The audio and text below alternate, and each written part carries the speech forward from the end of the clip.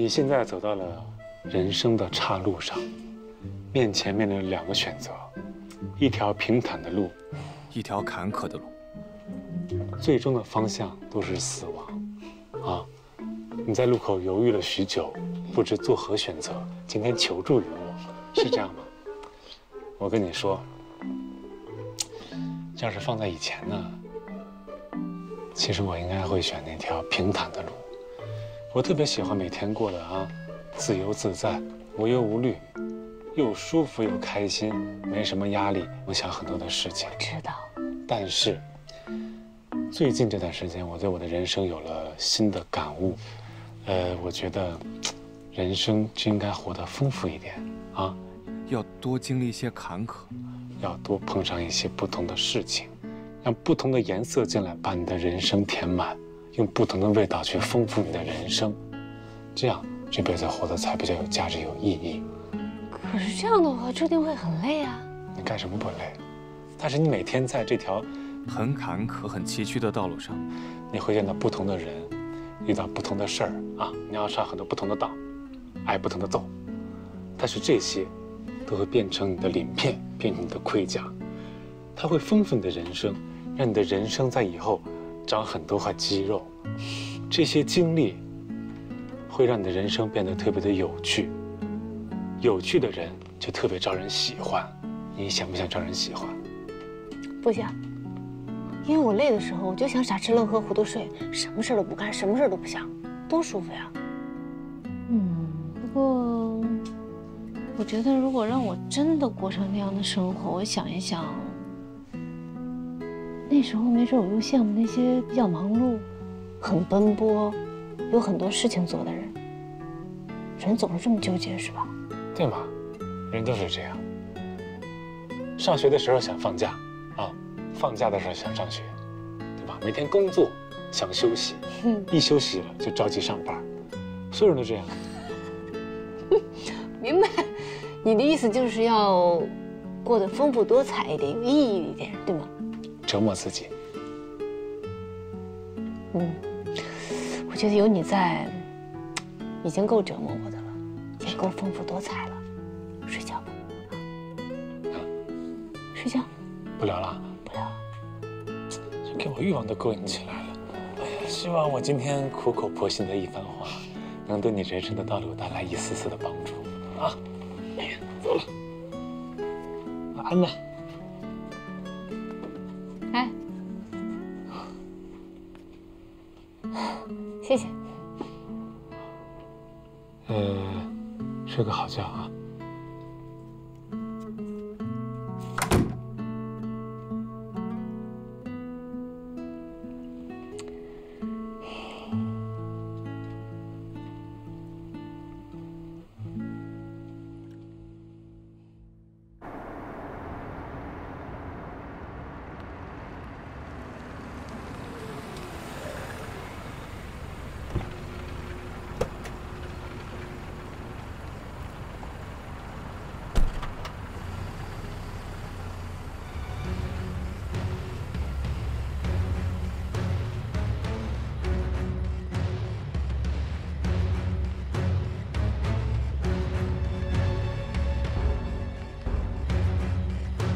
圣爷，您找后。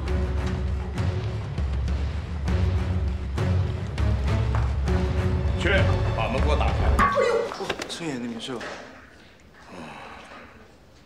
中了吗？没中。发型呢？没乱。去把门开开。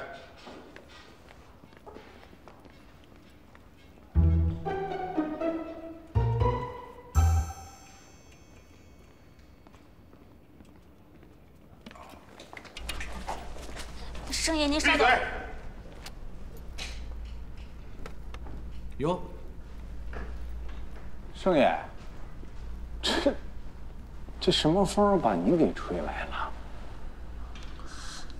一看这架势，有一种兴师问罪的感觉。是我哪儿做的不好，让您不高兴了吗？少逞没用的。咱俩合作这么多年，吵过，急过，但好在咱俩的性格都是直来直去的，把话说开了，不留间隙，也就 OK 了。所以，咱俩的交情才走到了今天。你说对不对？没错啊，生爷。但您一上来就说这种话，你弄得我到底是发生什么事儿了？谁惹您生气了，还怎么着啊？这事说起来还真是有点挂不住脸。本来孩子们的事儿，就该孩子们他们自己来处理，对吧？但谁让我那是个女孩子呢？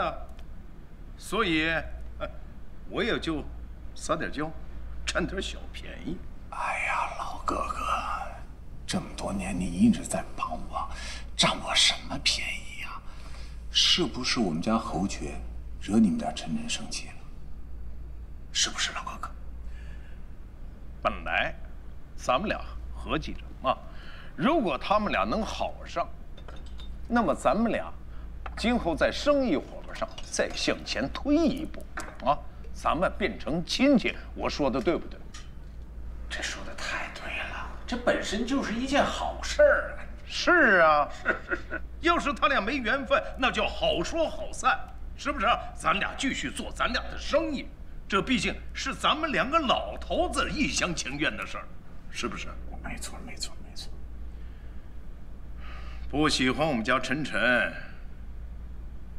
没关系，我老年得子，孩子从小娇生惯养，养了一身的毛病。但就这样，啊？那些功成名就的帅小伙后边都排着队在追他，你信不信？这个我相信。生爷，我说老实话，我们家侯爵找你们家晨晨，作为我来说，我都觉得有点高攀。这是我的心里话。但是我没整明白，我也没听我们家侯爵说过，他怎么就招着你们家晨晨了？怎么就？我说出来，你也挂不住。您说呀，你们家那儿子可真好啊！不但不保护我们家晨晨，反而还给那个女保镖撑腰，还当着众人的面把我们晨晨给骂了一通。这我就接受不了了呀！这个混账东西，气死我了！他怎么能做出这种事儿来？别说您生气，我听了我都生气。真的，盛元，盛元，这事儿您先消消气儿啊！我代表我们家侯爵向您和你们家晨晨道歉，真诚的道歉。是我们家侯爵的问题，这臭小子，我回头我一定收拾他。对于你的歉意，我只能勉强接受，但是我女儿这关，我过不了。您这话说的是对的，我知道，晨晨是您手上的掌上明珠。您说您，我听了，我都会受不了。谁要惹晨晨生气，那就是跟您作对。这样，盛爷，您现在先消消气儿，回头去我会所。我来安排，您晨晨都过来。我让那个臭小子过来，当着您和晨晨的面，给晨晨道歉。到时候要杀要剐，任由你们发落。你看这样好不好？那个女保镖呢？这事儿还不简单，小事一桩，让她走不就得了吗？好不好？老哥哥。哎。沏茶吧。好，沏茶，沏茶。哎，你们公司的装修风格呀，真是不合理啊！喂，你好。哦，好的，我知道了。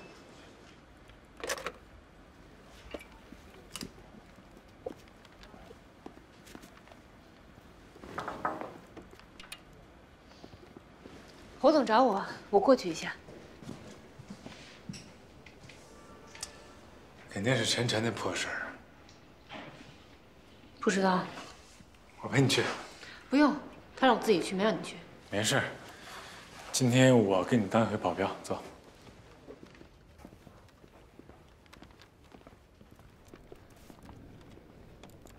哎，小侯总他，你就在门口等我吧。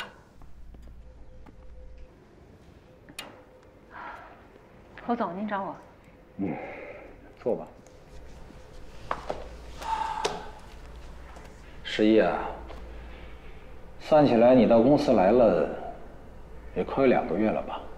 虽然说中间起起伏伏经历过好几次波折，但是不管发生什么事儿，你都能一直尽职尽责地做好你自己的本职工作，这让作为甲方的我很满意。谢谢胡总。我呢，当时为侯爵挑选这个女保镖呢，我是看中女保镖身上的稳重心细，不光是要保护她的人身安全，同时呢，还要约束她的行为，少让她惹是生非。不过现在看来呢，我的这个想法太简单了。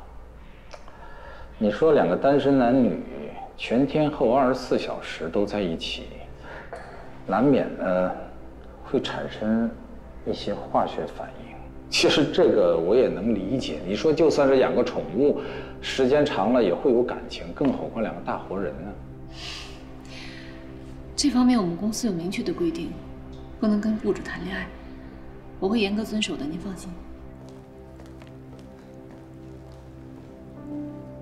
谈不谈恋爱我不管，恋爱可以自由，但是婚姻，侯爵绝对不能自主。这是侯爵的宿命。侯爵的婚姻不仅仅是他一个人的事情，同时也是公司的头等大事。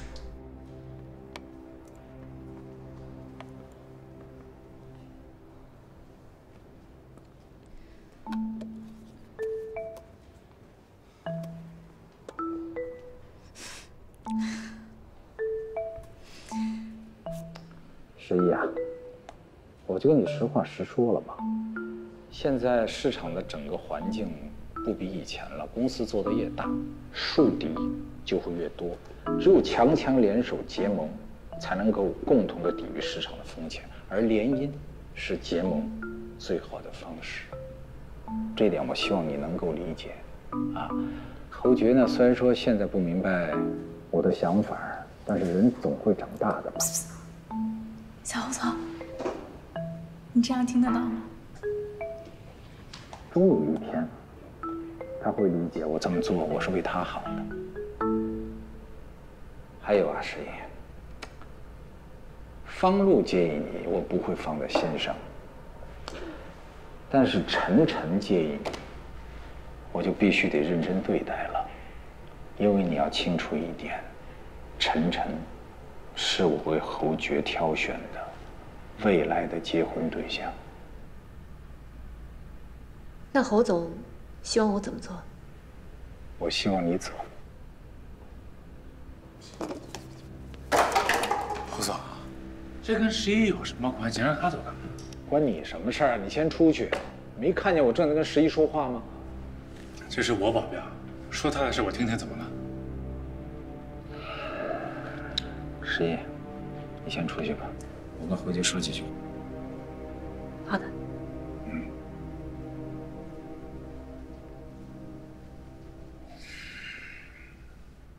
你说吧。为什么要让11走啊？我是为你扫清障碍啊。我有什么障碍？扫清你跟晨晨之间的障碍啊，这点你看不出来吗？只要有51在，所有的女孩子都会产生误会。这是我当时找11来做你的贴身女保镖的时候，我没有想到的。我跟晨晨之间的障碍跟11没关系，我俩的障碍是晨晨自己，好吗？换句话说，就是他太作，10个我也招架不住。这你怎么清扫？这个不靠我清扫，这个靠时间。你们只要今后结了婚，再过几年生几个孩子，人岁数也大了，人也变得成熟了，一切不就好了吗？对不对？门当户对是最重要的，明白吗？重要，但是这跟11有什么关系？为什么让他走呢？这不是我的要求，这是晨晨的要求。晨晨提要求，他有什么资格提要求？他凭什么提要求？昨天要不是因为他事情会闹成这样吗？他自己不尊重人家工作，啊，自己给自己没台阶下，丢脸，怪谁啊？可能有人喜欢晨晨这块，但那肯定不是我，我俩的话是没有可能。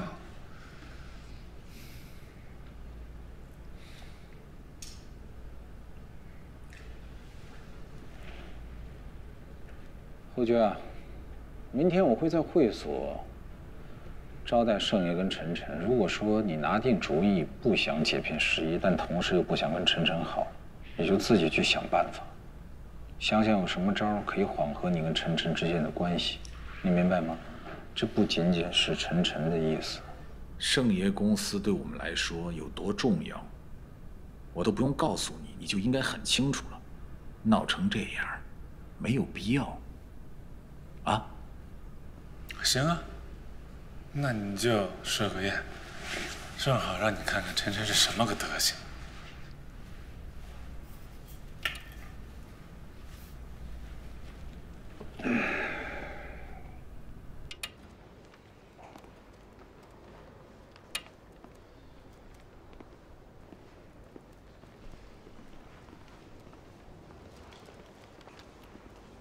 我马上收拾东西走人，不给你添麻烦。想得美，给我找完麻烦就想走啊？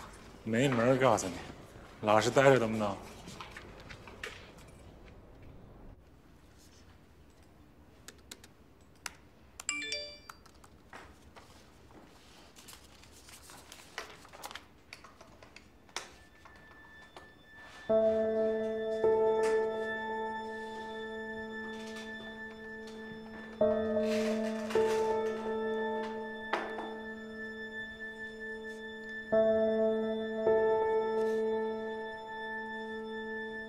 我要见你，马上。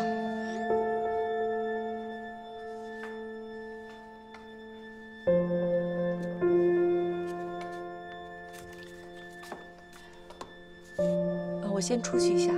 哦。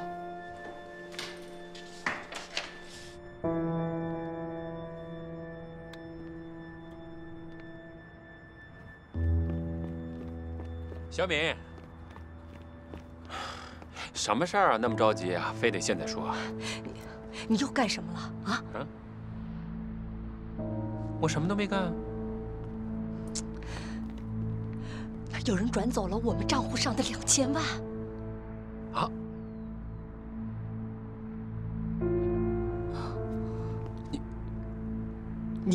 你被黑了你？哎呀，你还有心情开玩笑？这什么情况啊？这到底怎么回事啊？啊！我跟你说啊，哎呀，我怕钱放着不安全，就转到国外一个朋友那里，让他帮我们卖套房嘛。你不是一直想离开吗？我得安排好啊。你呀，就把心放肚子里。我们当初不是说好了，只是吓一吓侯志荣吗？等侯爵走了，就把钱还回去。对啊。 你拿钱买了房子，我们拿什么去还给侯志荣？马勇，你赶紧把钱转回来吧，咱们把钱快点还给公司啊！哎呀，行了行了，你就放心吧，这事儿你不要再管了。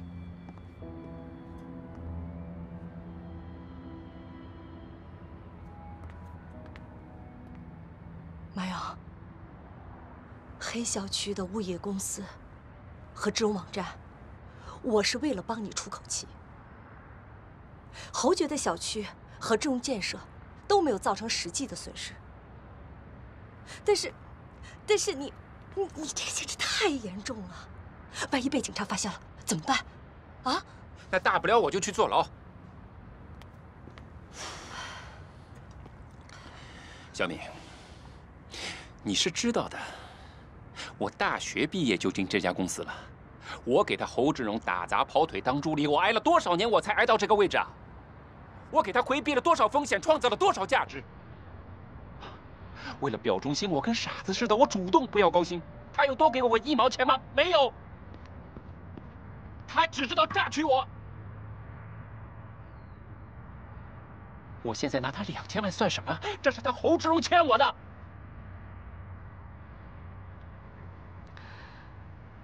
我知道，你的意思是侯志荣，他一直利用你，他说话不算话。但是这样，你既然不信他，咱们可以走啊。为什么我要走啊？他许诺我做公司接班人的，你知道的。他跟全公司的人说，我比他的亲儿子还要亲，公司需要我。我傻，我信，我全信他的话，所以我把公司的利益、他的利益永远的放在第一位。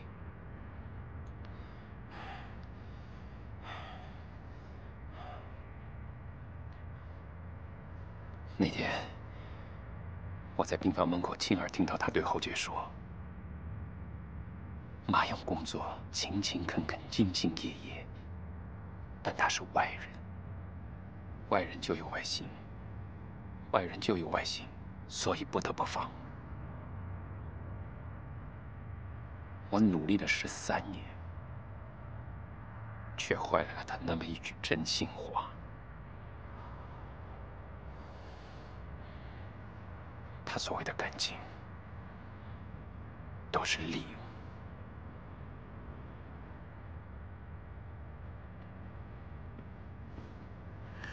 你这样做会后悔的，你在犯罪，我们逃不掉。我只希望你每天开开心心的，平平安安的。我不想你坐牢。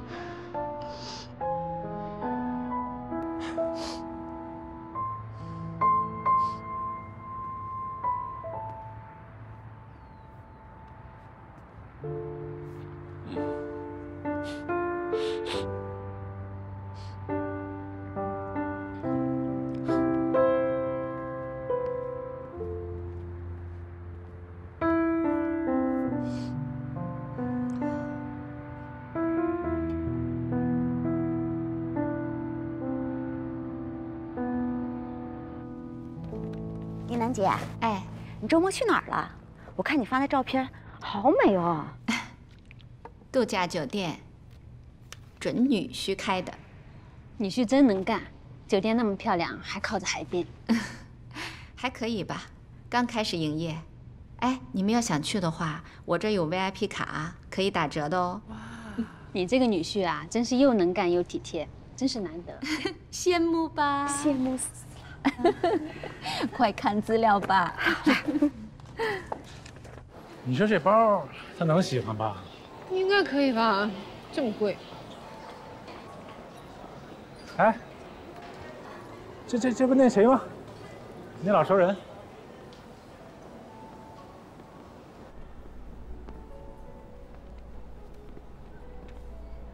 蓝琪。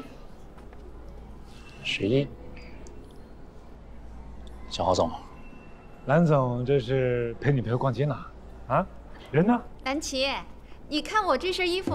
蓝琪，妈，这衣服真好看。爸，哎，11。不是你们这是什么情况？啊，那个阿姨不是周6过生日吗？我说我买件新衣服，大家高兴高兴。啊，过生日啊？不早跟我说，阿姨看好哪件了，我赶来给你买了。市场价不错是吧？旁边还有什么店？咱们看看。走，阿姨。哎，不用，真的不用。其实我都说不过了，但是蓝七说她有消费卡，不用就过期了。对，不用就太可惜了。用什么消费卡呀？别给我省钱，走。哎呀，不用不用，真的不用了。你们这是要……哦，他来给我刚带11去逛街去了。不是，刚买个包吗？那个我有点急事，我先走了，阿姨、叔叔。走走啊！哎，那我走了。11啊，谢谢你啊。没事。我先走了。哎，你。我跟人说的好好，你要解释什么了？拆我台干嘛呀？我拆你什么台了？你连话都不让我说，我还没收你呢。你刚才胡说八道什么呢？反正你不准跟他们解释啊！凭什么？什么凭什么？他什么人呢？这啊，趁我不注意跟你爸爸搞好关系，最讨厌这种人，套路这么深，你要远离这种人。我告诉你，人家跟我爸妈10多年前就很熟了，好吗？熟怎么了？熟就能这样吗？啊，正面不够招，背后挖墙脚。你说他什么行为？什么行为这是？说话呀！你看我干嘛？他什么行为？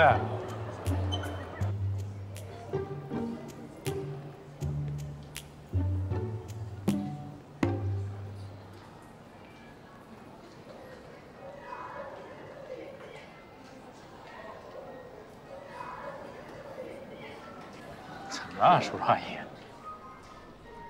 你们真要是觉得我会介意侯总送11礼物，你们就真的想多了。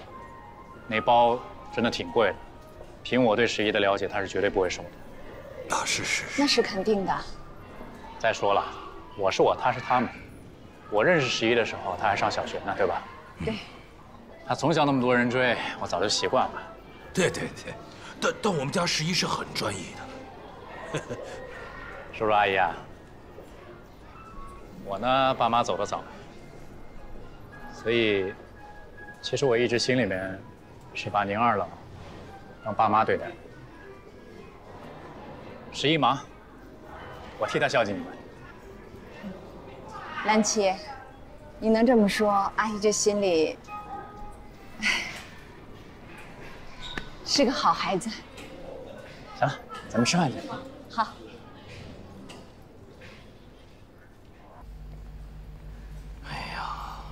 听蓝琪说，那包挺贵的，11要是不要多可惜呀！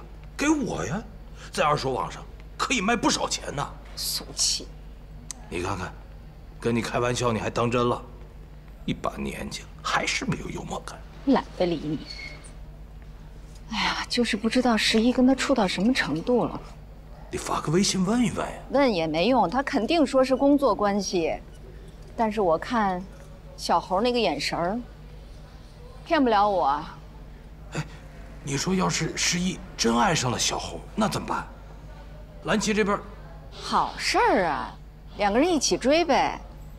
有个竞争对手，他们两个都会更在乎11，而且11也能更明白自己的价值。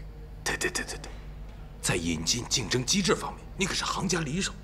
当年我也是枪林弹雨，一路厮杀，血溅当场啊！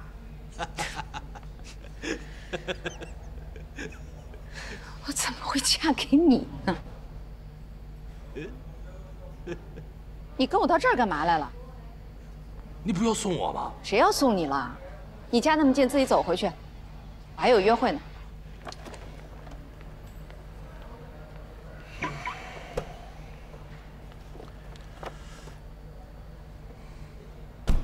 这不就有竞争机制？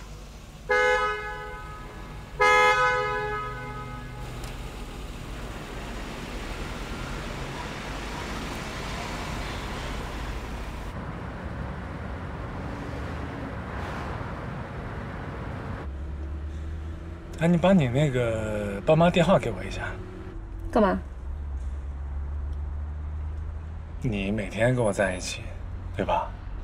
你为了我出生入死啊，是不是？你一旦有点什么事儿，那我作为这个老板，我得第一时间通知你父母。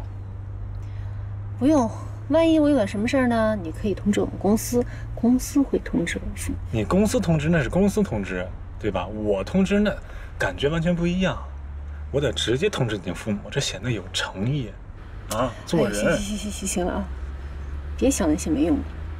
你赶紧想想，一会儿去了餐厅，怎么跟那个晨晨道歉吧。我道什么歉？我不道歉，我现在要电话。我跟你父母先把关系搞好。哎，这么一来呢，这事情慢慢就正常的发。没电话。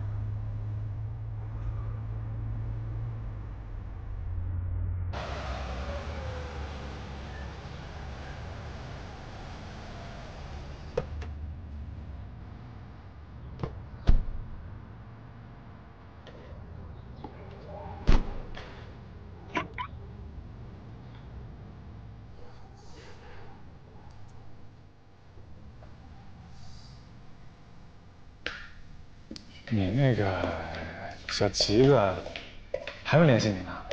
没有啊，一点动静都没有。不正常啊，这人这么沉得住气吗？啊，城府挺深的。那是个人就比你有城府。行了，我在这儿等你，进去吧。啊，记着啊，耐心点，顾全大局啊。希望这个陈大小姐今天能好好发挥，让我爸长长见识，见见她这个蛮横嘴脸。走了，祝你好运。崔叔叔，哦，你说你这孩子怎么现在才到啊？你看都几点了？我跟你说的是几点，啊？还不赶紧给晨晨道个歉？光道歉都没诚意呀，是我买包去了吗？哎，陈大小姐，这个面再收下啊。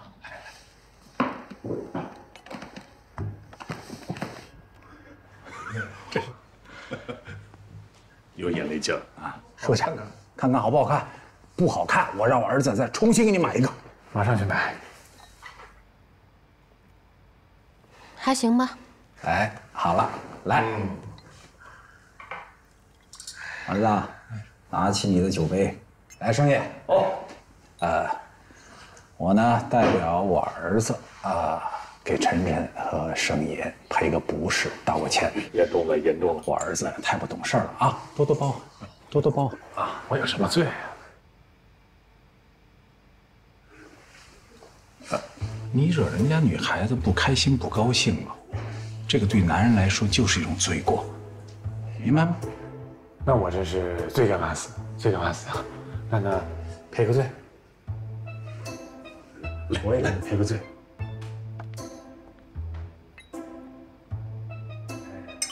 哎，这下就对了嘛。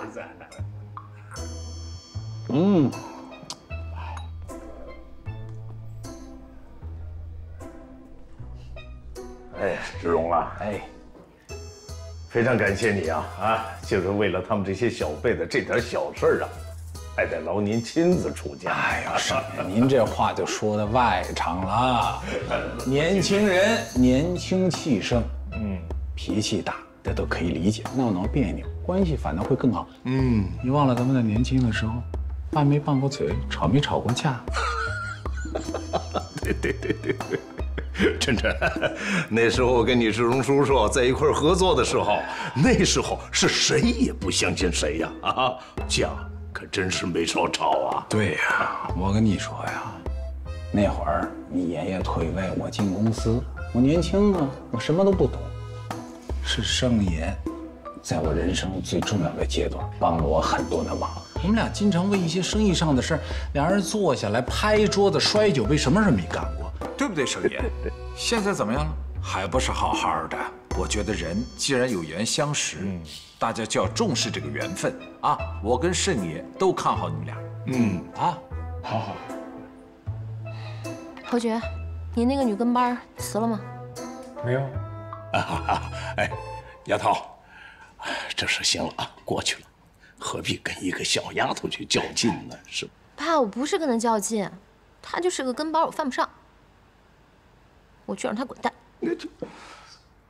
晨晨，替你侯叔叔说句话，那女孩真不能滚蛋。那女孩是我专门从俺某公司请来保护我儿子的。她原来是运动员出身，拿过冠军，拿过奖牌。她的业务能力那绝对是杠杠的。有她在我儿子身边，盛爷你也知道，我就这一根独苗，我这心里会踏实不少。是。怪不得那么垃圾。越是这样，他越得走。你不是人家没做错什么，干嘛要走啊？他怎么没做错啊？他欺负我，讨厌他，这够吗？晨晨，够。这样，侯叔让你今天心情愉快啊！你这样，把那11给我叫进来，给晨晨道个歉。您说呢，盛爷？这是个好主意啊！只要把人叫来，双方一见面把事一说开了，这什么事也都解决了，是不是？好，去，那我去不了。去不去？你们开心就好啊，你们开心就成。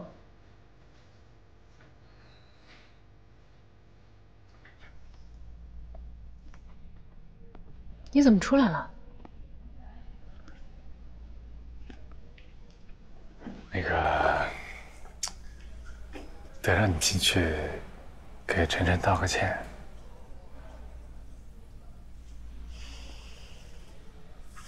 就给我爸个面子，晨晨怎么说都不行啊！咱们就道个歉，多的什么也不说。好，那我说什么？你就说我给你道歉，就得了呗。好吧。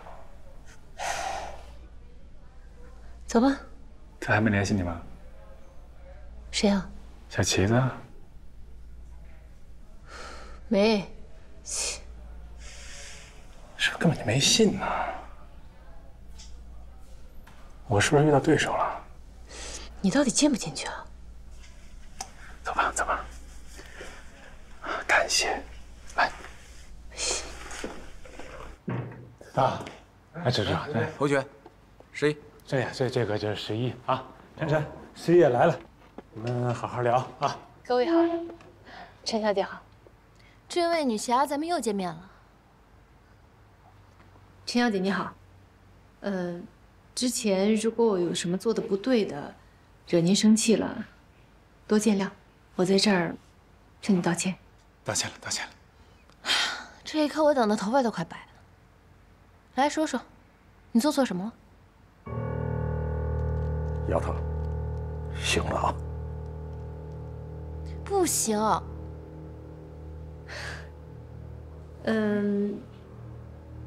你说我做的哪儿不对，那就是哪里不对吧？我就想问你，那天你是不是故意让我出丑的？我没有。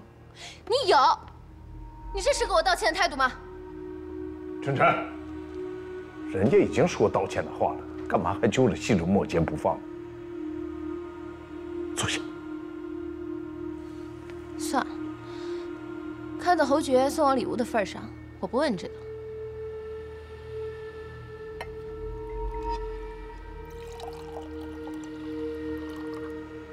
这样，你把这杯干了，咱俩就是好朋友。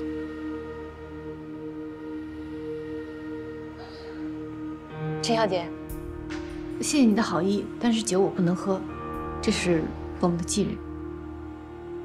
我就是你的忌日，让你喝你就喝。他真不能喝，他们这个行业有规定，这上岗的时候就是不能喝酒。那你要就看着生气，这样吧，反正你们这朋友做不成了，我替你把这酒喝了吧。不是。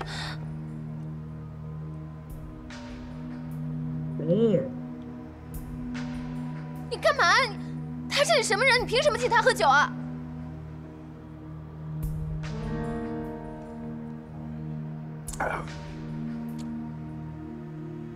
你这道歉还哪有诚意了呀？酒都喝了啊，咱别没完没了的了。可以啊，我不没完没了。这样，你把这杯干了，这杯干了我就算了。我真的不能喝。晨晨，这是人家这个职业的规矩，有这个规定，对吧？咱们最起码得尊重人家职业吧。不是，那什么意思啊？到底是他的职业重要，还是我重要？你以为你是谁啊？我告诉你，我分分钟就能让你把工作丢了，你信吗？你不就是一个跟班的吗？你不就是一个人肉盾牌吗？你不就是一个看门狗吗？不许侮辱我的职业！我就侮辱你职业了！晨晨，干嘛呢？滚！行了行了，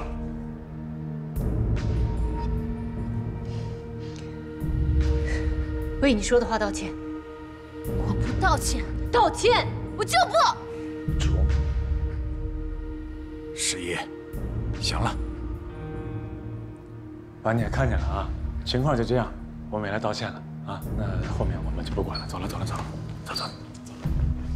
侯爵，你给我回来！侯爵，我叫你给我回来！去死吧！陈真，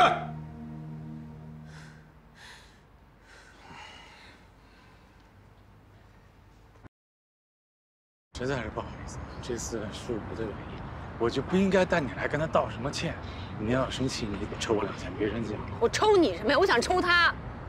现在就回去抽他，走。谁呢你？怎么办？现在弄成这样。现在该想怎么办的应该是他。哎，我爸已经看清他的丑恶嘴脸了，不出意外的话，应该没有机会再出现在生活中了。胡觉，你看看，你等着啊，等我好消息。爸，你都看到了吧？太不像话了，您的面子都不给啊！他今天做的确实挺过分。他太过分了，就没有他这样的，是不是？但是现在陈真在里头不依不饶的，他爸也觉得面子挂不住，他非要我们把51解雇了。你说我们该怎么办？他有什么好不依不饶的？骂人的是他，泼酒的是他，他现在有什么好发言的？不找他慢慢不错了，他还不依不饶的。何觉啊，你是真的不知道我为什么要结这门情吗？我知道，您不是为了这个公司发展吗？知道就好。那接下来你应该清楚怎么做。不是爸，我们公司发展没有他我们一样发展，对不对？但是你让我跟他在一起，那不是要把我逼疯吗？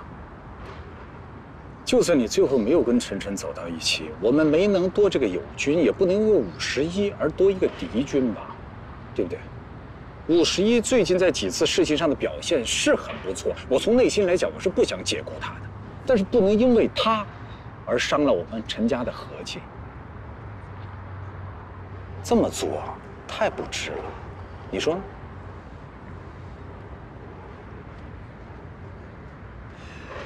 对您来说是不值，但是对我来说不是。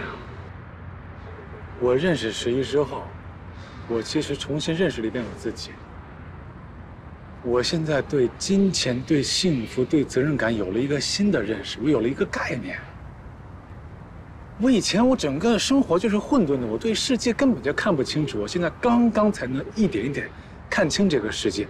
为什么要结果11啊？他说的话都是真理吗？啊？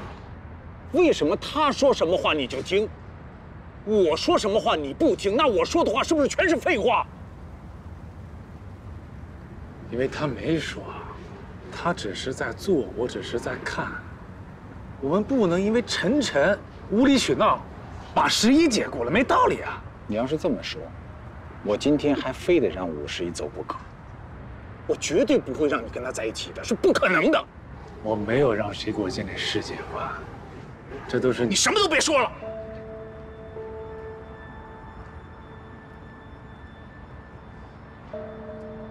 你的一切是谁给你的？啊？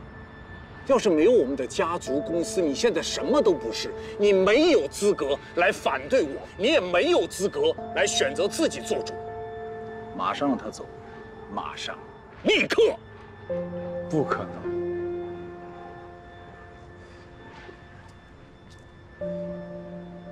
侯爵，我估计我还没把话跟你说得够清楚。你现在拥有的这所有的一切，全是我给你的，包括51在内。跟安保公司签合同的是我，付他薪水的是我。我现在随时可以解除跟他的合同，根本没必要征求你的意见，你的意见对于我来说，什么都不是。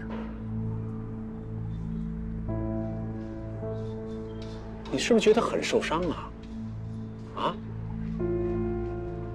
我这么做不是为了想伤害你，我是要让你明白一点，什么叫现实。你的未来我都已经替你安排好了，你只要照着我说的一步一步往下走就完了，就这么简单。我不要。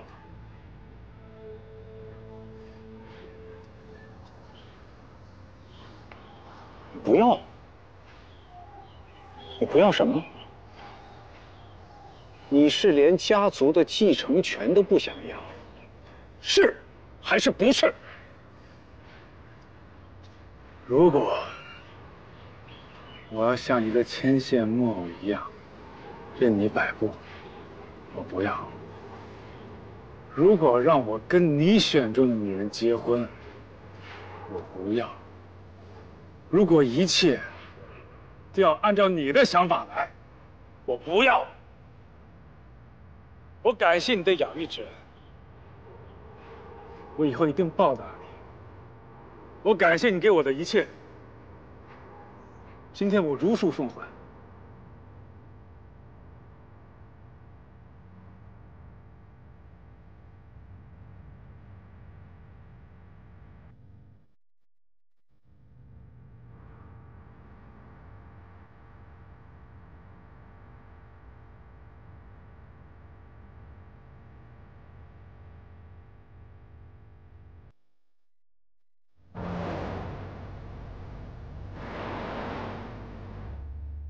喂，给我腾个地儿，马上去你那睡。什么事没那么废话啊！我要离开公司，离开侯志荣，赶紧！什么情况这么突然？不突然，早就该这样了。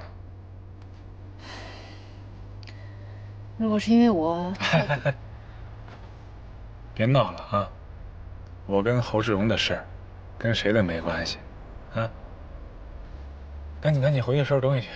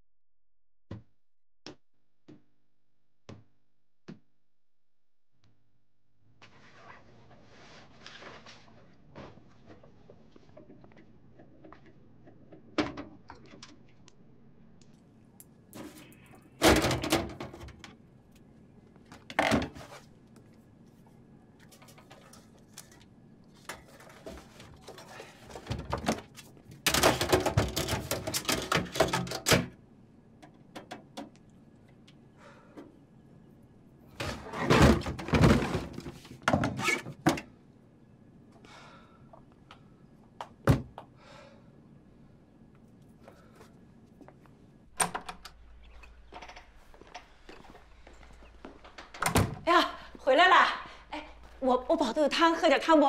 不在家吃饭了，以后都不在家吃饭了。哎，你怎么说话的？怎么了？又跟他爸吵架了？这次比吵架更严重。他说，他要离开他爸，出去闯一闯。哎，那怎么可以？他没有这个能力的。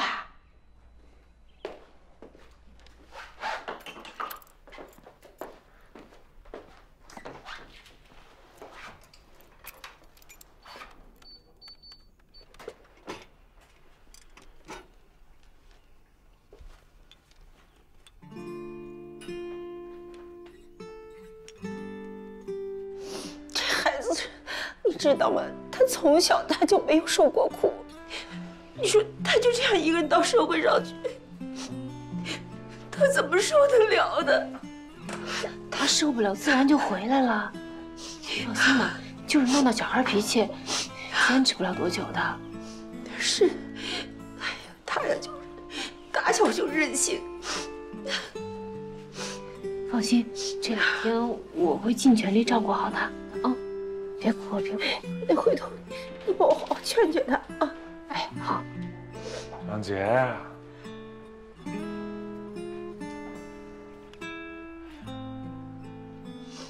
这个家里其实我最舍不得的就是你啊！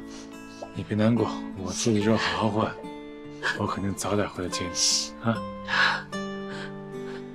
不是，每次跟你爸拌了嘴都没事儿，这回。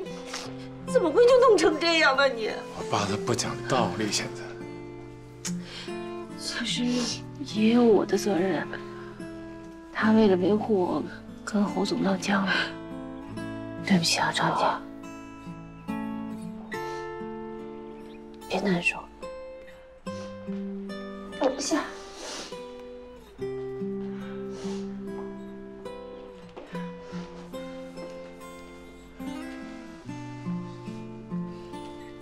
等什么呢？去收拾东西啊！再等一会儿，没准你就改变主意了。不可能改变的，赶紧收拾吧。行，那我收拾东西了。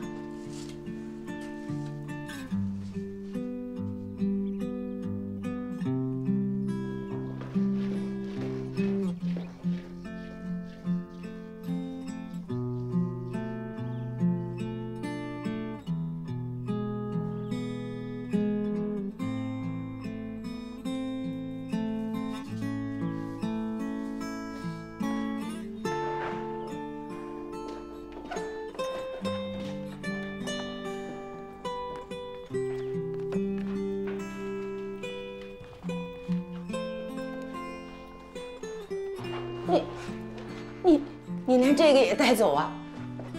你不打算回来了？这个放这边我踏实啊。给，我给你收拾的换洗衣服。嗯，好。哎，这些拿着。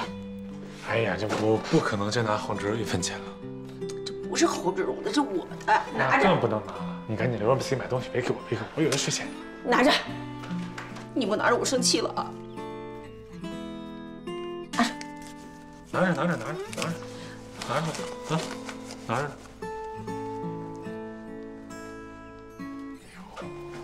好了，不哭了。舍不得你。没事。你要回来啊！哎呦，我出去好好赚钱去。不哭啊，乖啊。舍不得你。我走了，张姐啊。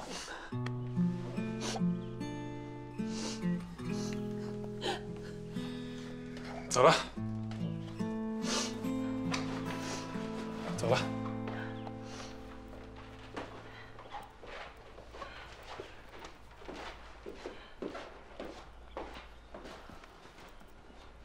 走了，张姐，先别担心啊。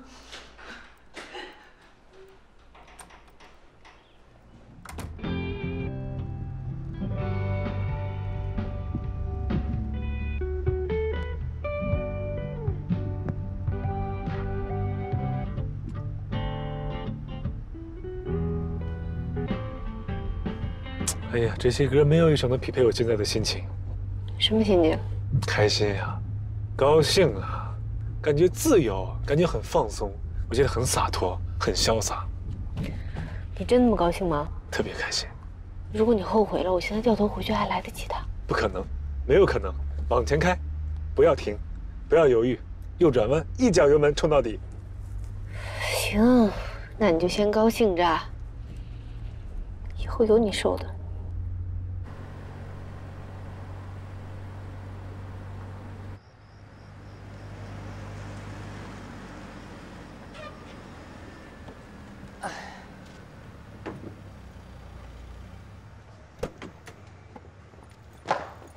什么情况啊？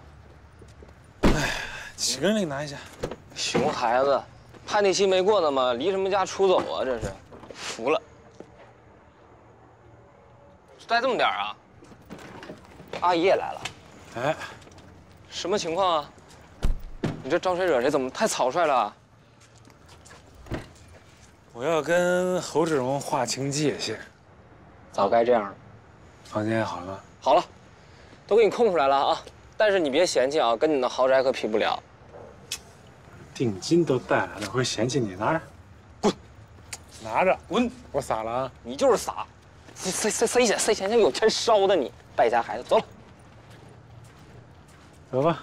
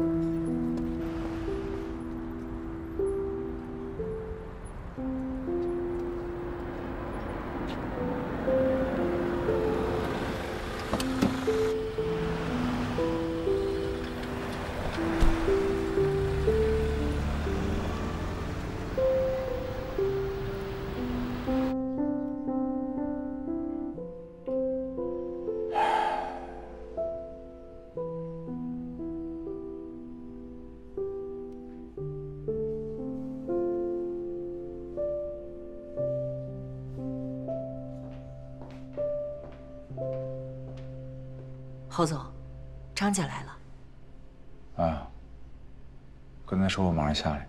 好的。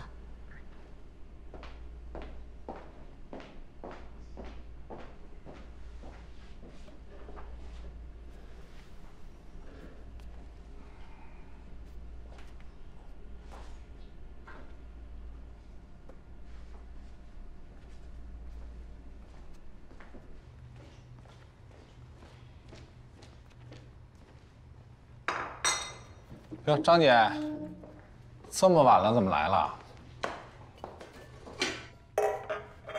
我睡不着，所以给我煲汤喝。谁给你煲汤喝？什么汤啊？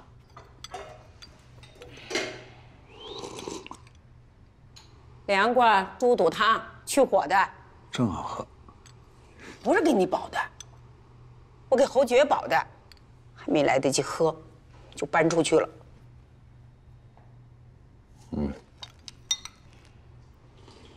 他没说他去哪儿吗？没说，什么都没带。那谁跟着他们？跟着的，亏得有11跟着。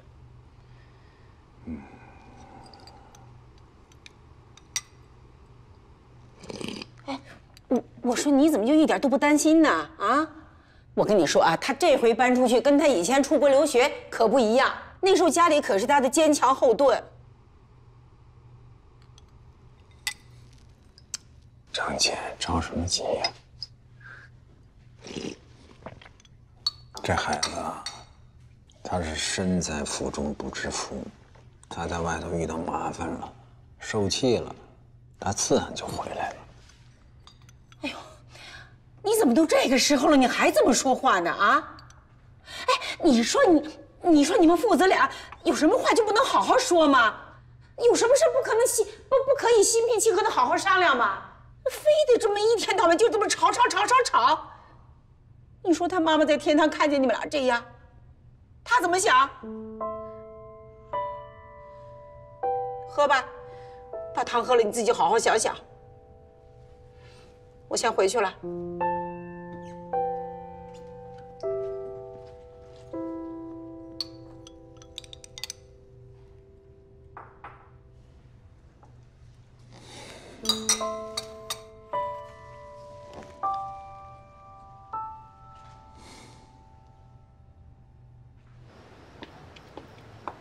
二位不好意思，我们已经打烊了。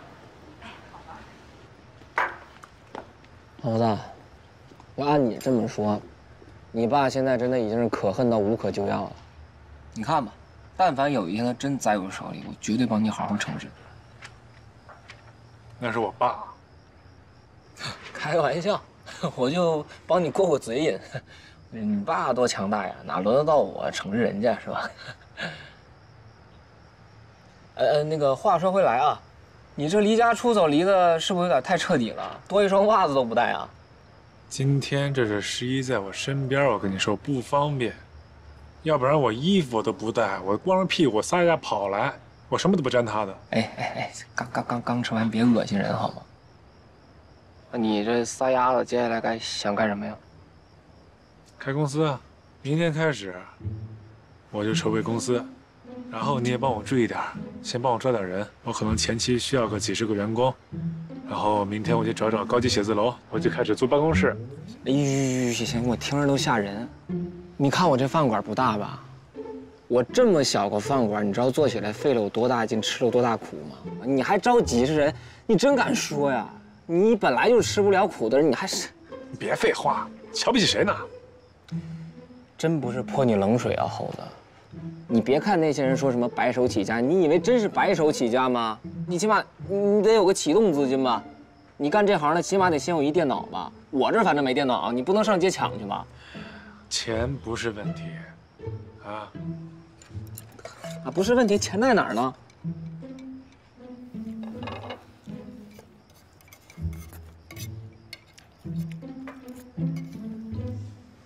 什么呀？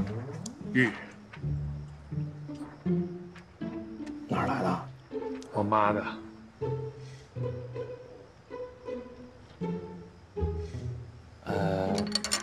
猴子，那你什么意思？你是要把它卖？特别值钱。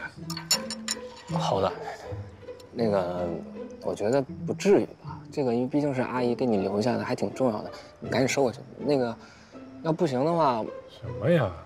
我就暂时抵押出去，我周转一下资金，对吧？下个月买回来。不是，我说认真的，你要实在不行的话，我把我。你把你什么？你有玉啊？我把我玉这方面的关系人介绍给你吧。我给你问问啊，我们家大厨好像有亲戚干这个的。天哥，天哥，大子，哎，有事问你。转转。你上次是不是跟我说过你家有个亲戚是干什么玉石买卖的？哦，你说的是我亲哥，他开了一个收购收藏玉石的店，啥子事嘛？亲哥，那还行。好了。你哥这次捡着了，啊！你跟你哥说，我这有一块上好的玉，我押给他，先给我押个500万。500万？500万？那必须得你们亲自拿给他看。不是，你帮我问问能押多少钱？那我把丑话说到前头哈，我们哥这个人呢，有点怪兮兮的。什么叫怪兮兮？就是性格有点奇怪。他有句口头禅噻。哎呀，凡事都要讲个缘分。他呀，只要看得顺眼的人，随便说啥子都可以；只要看不顺眼，哎，随便你做啥子，理都不得理你。哎，这就是一个有钱人的性格。你得了吧，这听着不靠谱。你赶紧收回来算了，收回去咱想别的办法。是缘分，缘分啊！走吧，咱们去看看去。那我把衣服换了，我们就出发。现在就去啊？去啊！我节省钱呢。你得了吧，你这大晚上的，人家肯定睡觉。算了。不睡，白天不开门，晚上才开门呢。你看看缘分。你等等，这去不了，你赶紧回去，我还有事呢。晚上今天去不了，明天再说。那我给他打个电话，跟他联系一下了。那个猴子，我觉得吧，事情不一定非得这样吧。想好了。哎呀，放心吧。来，喝点汤吧。小姐。啊，谢谢，你坐。谢谢。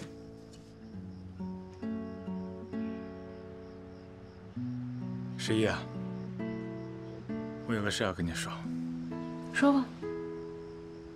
我从智荣建设出来之后，我准备自立门户，跟我爸划清界限，我什么都不沾他的。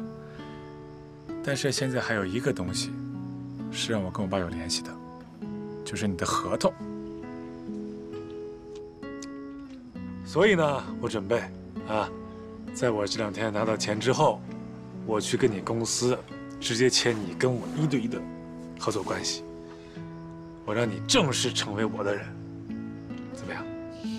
没那么复杂，我的合约里规定要保护的人是你，所以无论你是侯爵还是小猴子，都一样。哎呀，好呀，啊，看到你这么靠谱，我就放心了，啊。来喝点汤，来。薄荷我刚喝过，给你的。都是缘分。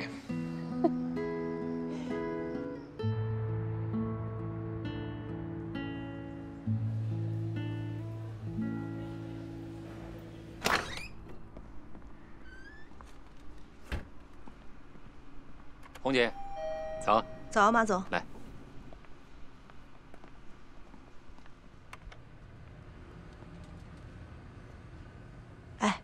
听说了吗？小田辞职了。这下你们就不能再拿我八卦了。什么事儿的事儿啊？上周末下班前做了交接就走了。啊？怎么那么突然？什么原因呢？听说是个人原因。现在的女孩子太随性。哼。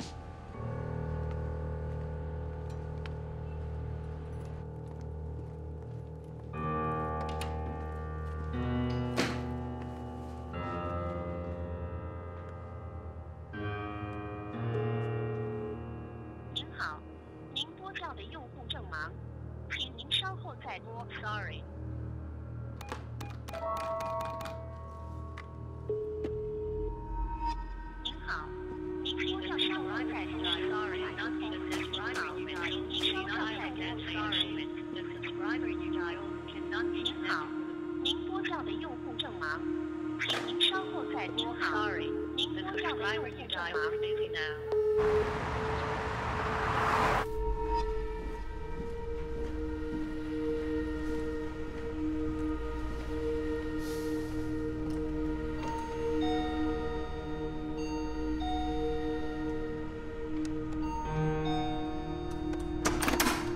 哎，你好，那个田敏在吗？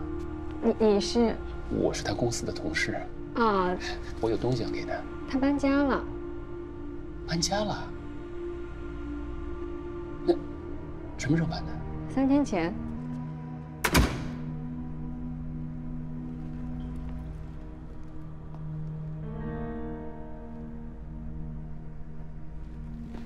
哦，前面2、3个铺子就是我哥的铺子了。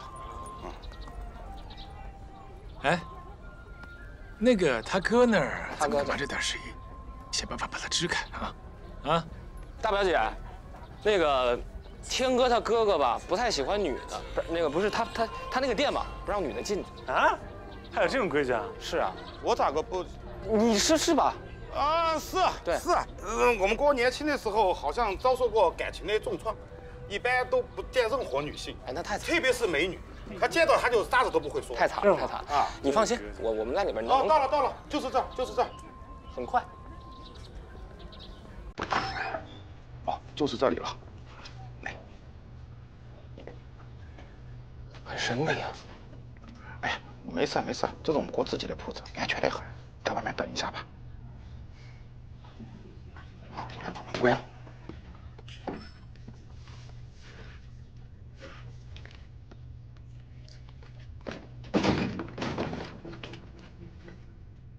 哥，你们都来啦！啊，不好意思啊，我们哥就是神神秘秘的。哎，哥，这就是我跟你说的我们那个老板，我们的老板的朋友。你好，怎么称呼？叫亮哥就是了。亮哥，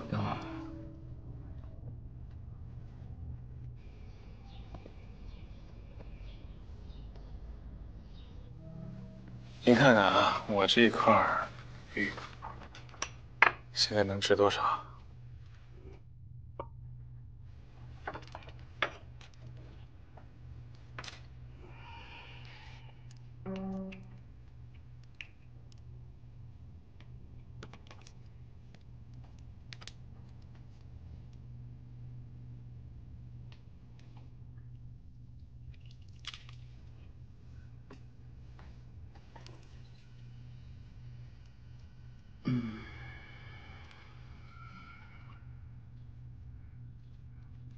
开门啊！啊，开门，开门，开门的好东西啊！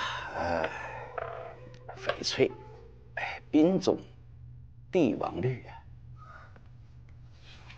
东西不错吧？那你说我这个现在能值多少钱？现在这个市场价格呢，差不多可以卖30万。30万？也还行。这市场现在不太景气吧？景不景气呢？差不多就是这个价格嘛。不过，东西是好东西，没有必要出手嘛。玉啊，它就是讲个缘分。既然到你手里，为什么要把它出手呢？啊，留着它呢，有个念想，而且以后啊，还有大把的升值空间呢。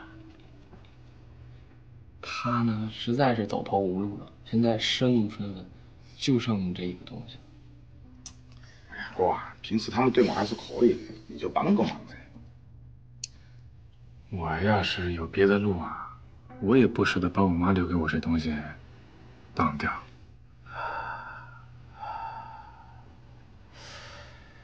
既然你能把它拿到我这里来，那证明我跟他也有缘分。要不然这样子啊，我给你10万块钱，你先把它压在这里，半年之内有钱就把它赎回去啊。实在不行，拿别的东西来抵当，我收你一点点的利息，你看怎么样啊？这个好，这个好。行了，那我就先把这东西放在您这儿，你帮我好好看管啊，我是肯定会把它赎回去的。你们可以走了，到时候钱我打到你卡上啊。要得，那我们就走了噻。哎，走，先装好。谢谢。走，大哥，我们走了啊。站住！手头的东西哪儿挖的放回哪儿去。抠。谢谢。长真香啊！经过的嘛。还吹牛呢，还500万。说了，市场不好嘛。我走了。好。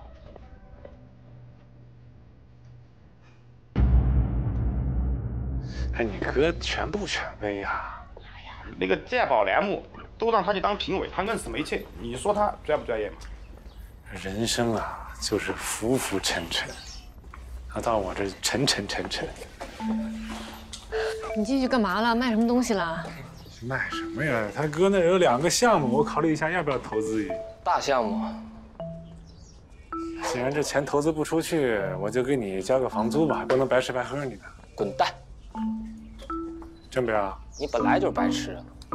行。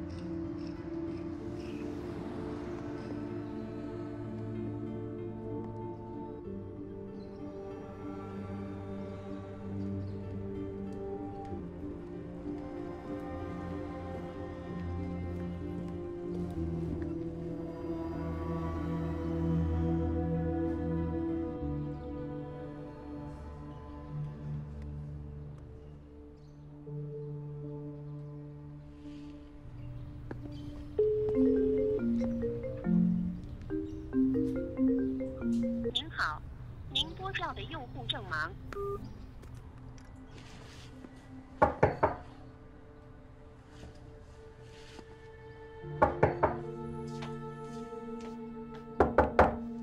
谁呀？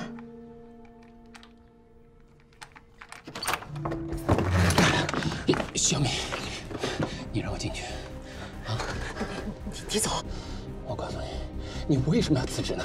啊，你跟我说呀，你为什么要躲着我呢？我现在不想见你，我不想跟你说任何话，你走好吗？你要是不让我进去的话，我今天就守在这儿，我哪儿都不会去的，你哪儿都不想走。你到底怎么找到这儿来的呀？你自己看，我是通过手机定位找到你的。我都找到你了，你能躲到我到什么地方去啊？小敏，啊，开门，开门！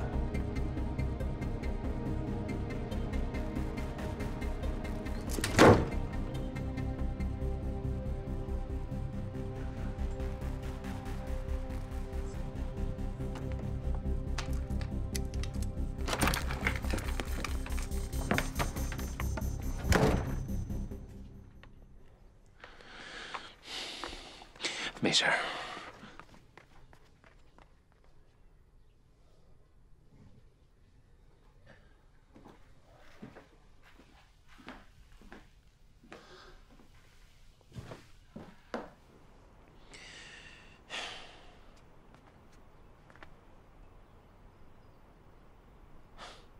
你知道吗？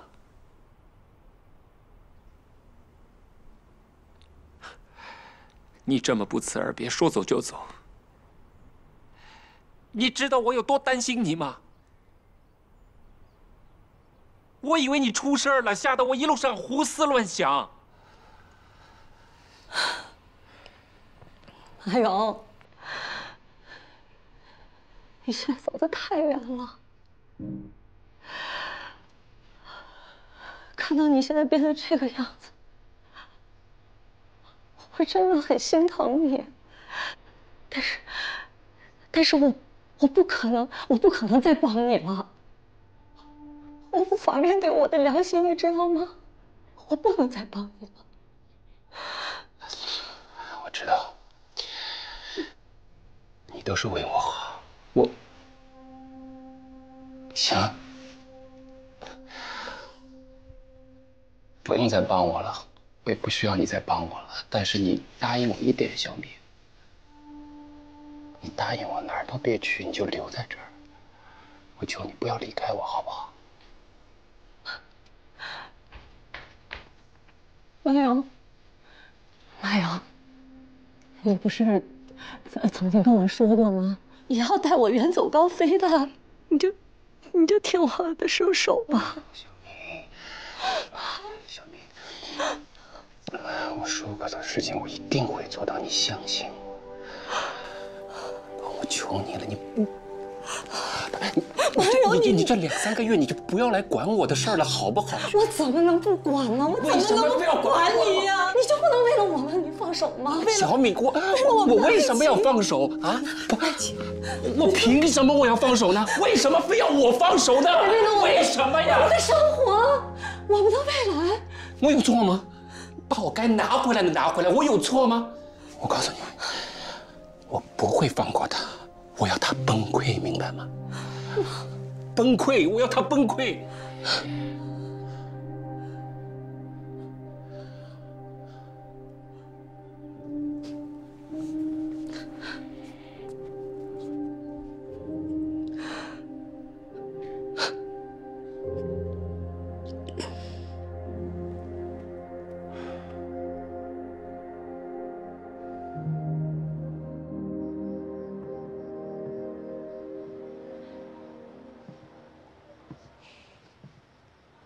没睡啊？睡不着。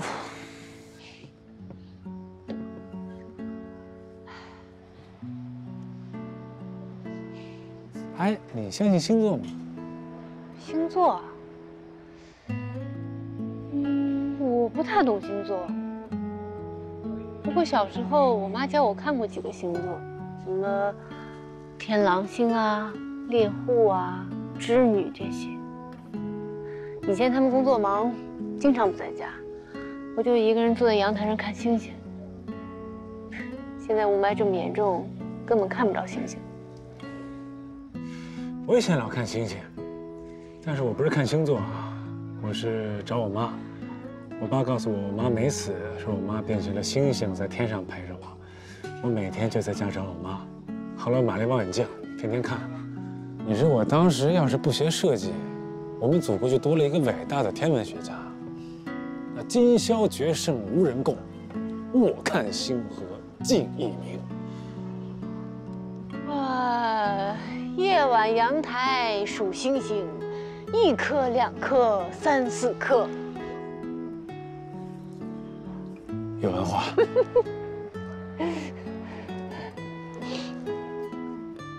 啊，谢谢你陪着我啊。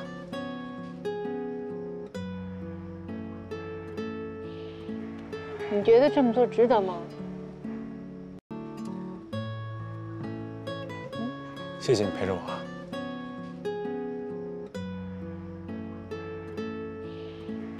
你觉得这么做值得吗？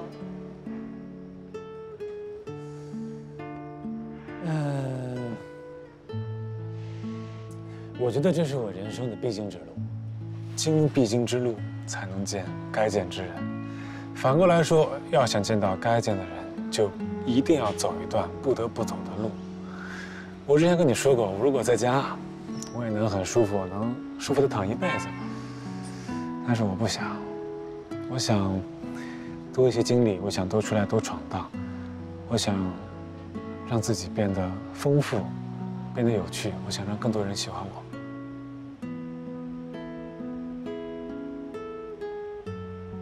我本来是想过来劝劝你的，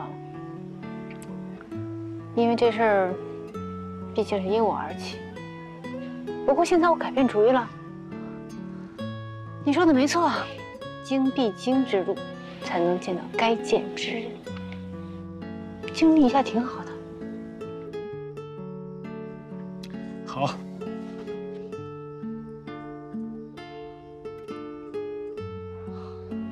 哎，你小时候见过流星吗？见过啊。我从来没见过。那你的人生也不是很丰富。没准今天就能看见呢。哎，啊？什么？玻璃反光。这不无聊啊！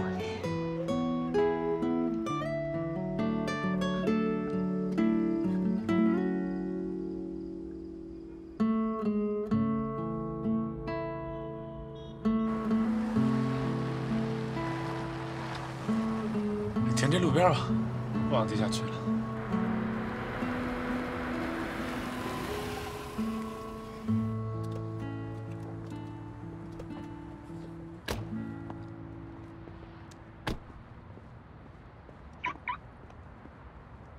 盛达公司突然把预制板的价格上调了8%，说着现在市场行情不好，这样我们很被动啊。那我们都是按这个进价报给客户的，他要是上涨了那8%，那不就是等于让我们赔进去了吗？我嘴皮子都磨破了，可对方就是不肯让步，说是公司领导的意思。侯总，我们这一级很难解决这个问题啊。好的，我知道了，你先去吧。好的。哎呀，这盛爷啊，看来是不把我们当自己人看了。反应够快呀。嗯，对付我可真是不含糊。小侯总，所有的车钥匙、银行卡都在这里了，帮我转交给侯总。然后我现在要回我的办公室拷贝一下我的个人资料，可以吧？啊，可以可以。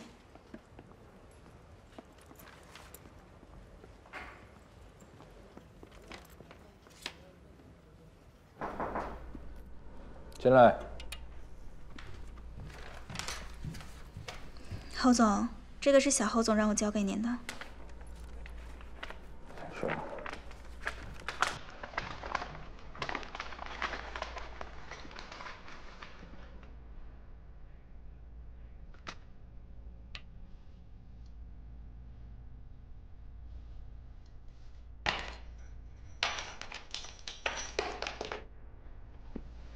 小侯总真是个……这臭小子，居然跟我玩真的！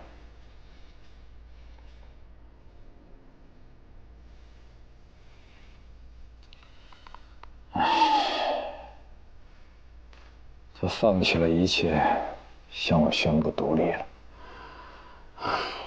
您那么的爱他，公司眼下这个时候他这么干，那真是太不应该了。走吧，走吧，走得越远越好。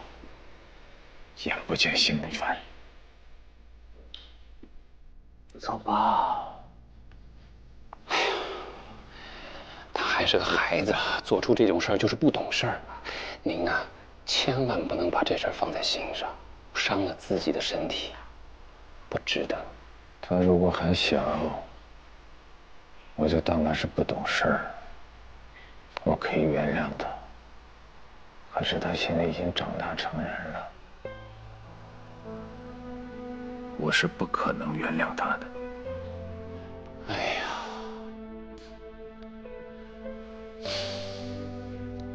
您瞧您这话说的，这父子哪有隔夜的仇嘛？他总有回心转意的一天。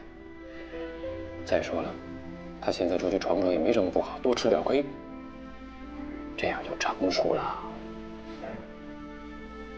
他不知道这外面的世道有多艰难。看来他是不撞南墙不回头啊！我真是拿他没办法。从小性格就叛逆，非要向我证明他能够独当一面。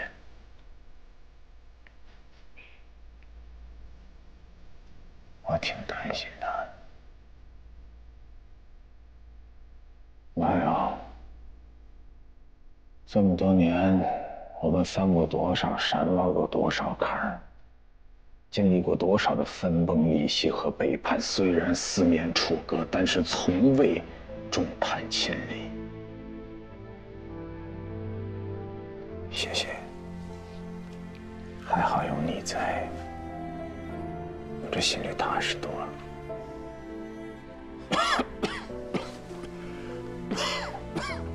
你让我喝口水吧。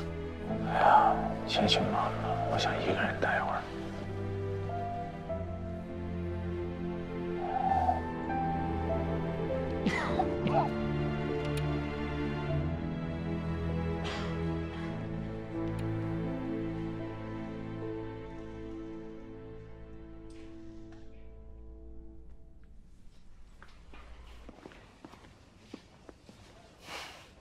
还有什么要拿的吗？没了，什么都不拿了。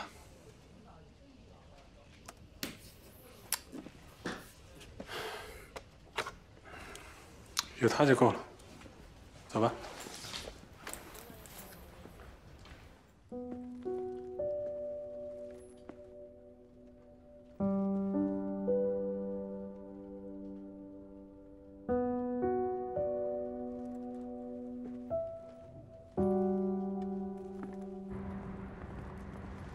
我以前没发现这楼这么高啊！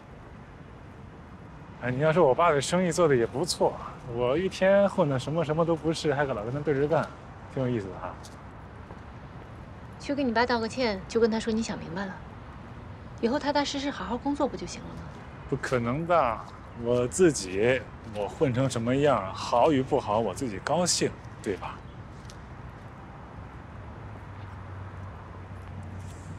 这车怎么冒烟了？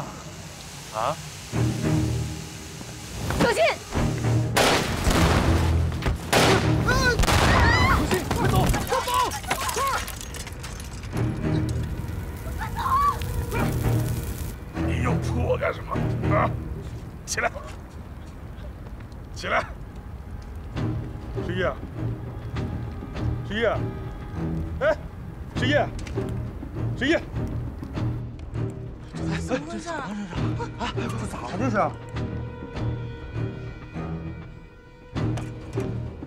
哎，这出什么事了？不知道啊，马总，这又是烟又是火的，你快来看看去。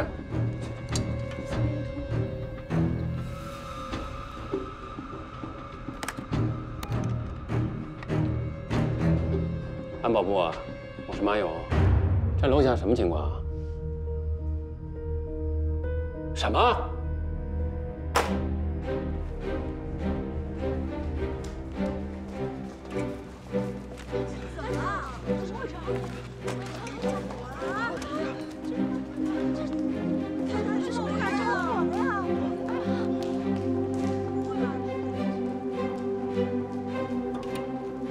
出事了，侯总，出事了！出什么事儿？那么慌里慌张啊！就刚才楼下发生了爆炸，就在侯爵的车旁边。侯爵现在在哪儿？在哪儿？侯爵在现场，但情况不明。到底是谁要害他？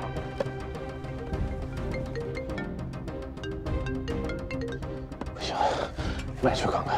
你确定吗？我去也这。哎，侯总，好，怎么了？侯爵没事，没事了。你确定吗？毫发无损，但是51为了保护他受了伤，人都去了医院了。哎，你没事？幸亏有保镖啊，幸亏有51，吓死我了！幸亏有11在，不然侯爵就完了。吓死我了！哎呦，我这心脏！哎，您慢点。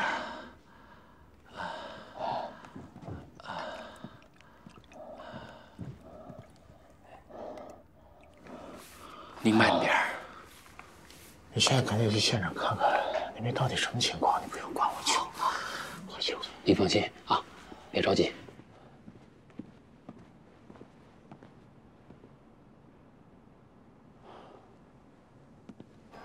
警察先生，这个现在事情的调查情况怎么样了？现在情况应该还好吧？要等调查结果出来才知道。哦。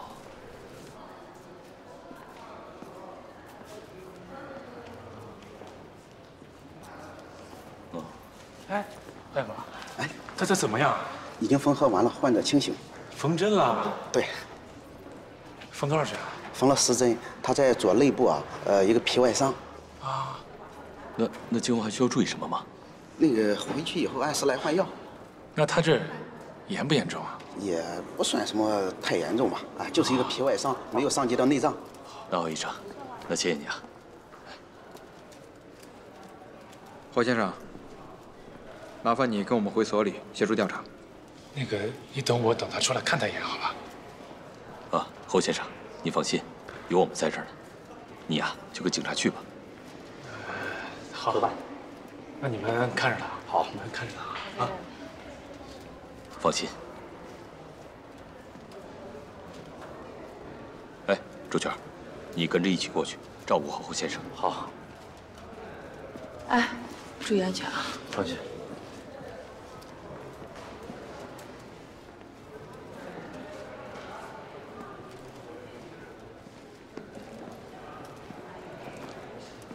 怎么样啊？没事儿，有点小伤。十一，侯爵呢？他没事吧？他没事儿，一直守着你来着。刚刚警察把他给叫他配合调查。他没事就好。十一啊，你放心，我已经让周全代替你24小时保护侯先生。你就安心养伤。哎呦，我这点小伤真没事儿，真的，没2天就好了。这是纪律，不仅是为了你的健康，而且呢，也是为了客户的安全。不好意思，我们先为病人去留观室。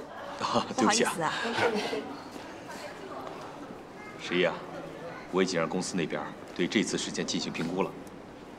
你放心，应该有提升，而且还有嘉奖。谢谢赵总。喂，侯总，我刚从爆炸现场回来，基本确认是一辆电瓶车电瓶老化导致的，是一个意外。啊，这样我就放心了。哎，要不然你现在去医院看看51到底什么情况啊？好的，我马上去。对了，我打听了一下，侯爵搬出去以后住在海星那里了。好吧，我知道了。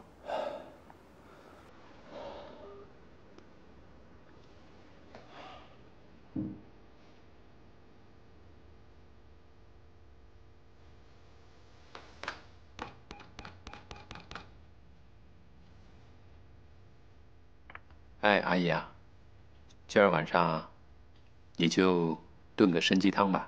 对，经纪公司呢特别忙，给侯总补补身子。好，谢谢。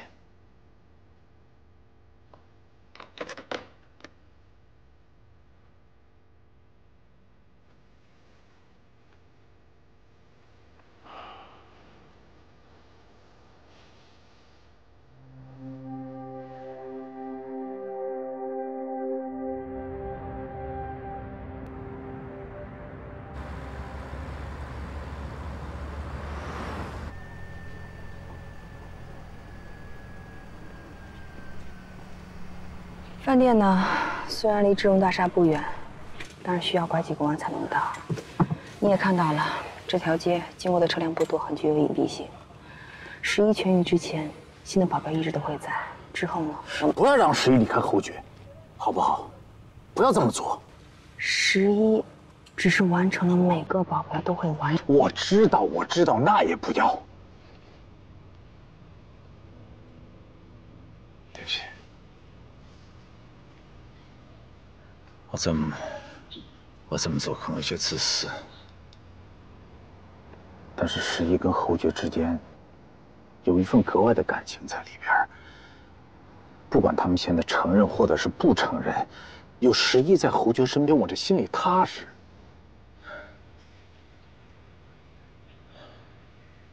好，我去跟赵总说。还有，倩倩，你答应我一件事儿，好吗？你说。不要再当保镖了，啊？太危险了。我不出外勤的。我知道，那也不要。我一想到你到时候万一出什么问题，有个3长2短，你让我到底怎么办？我一个人，我有心脏病，我会受不了的。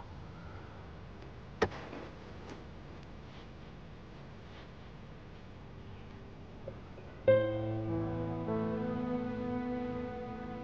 不起。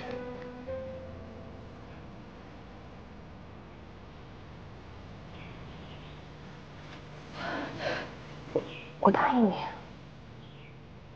我会难过的。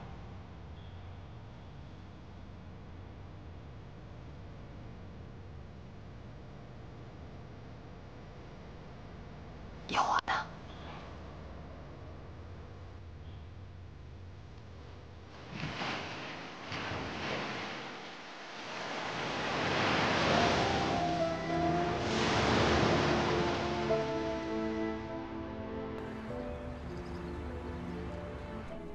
这一天终于来了，但是没想到来得这么快啊！准备什么时候办事儿？办什么事儿啊？当然是喜事了。你可跟我说过，除非结婚回归家庭，否则绝对不离开公司。哎，这话好像就像昨天说的似的。我们还没到那一步。现在呢，只是我男朋友，他想让我享受生活。哦，那这样的话，这个辞职我可不能批。你什么时候拿来结婚证，我什么时候给你批。赵总，我看把你吓的，就那么怕把自己剩下？也不是，主要吧，很难找到一个挺合适的。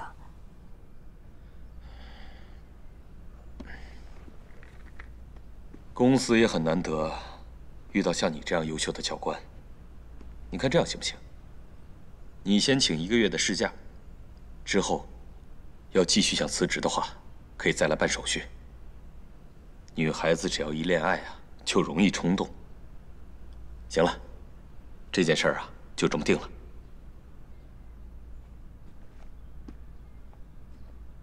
赵总，谢谢你。我对你没别的要求，就一条，必须幸福。让公司的那些女孩子们都看看，干咱们这行的，同样可以得到美满的归宿。是，保证完成任务。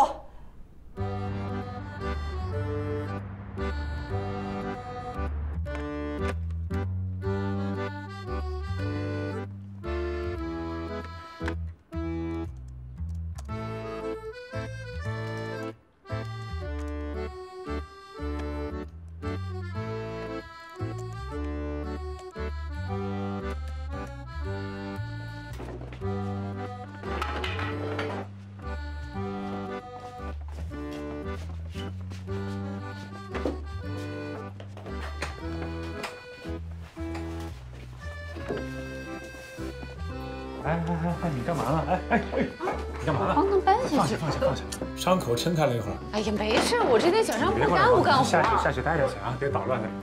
赶紧下去。走，下楼。来啊！吃饭呢？你要不要来点？哦不，你吃吧。汤来喽！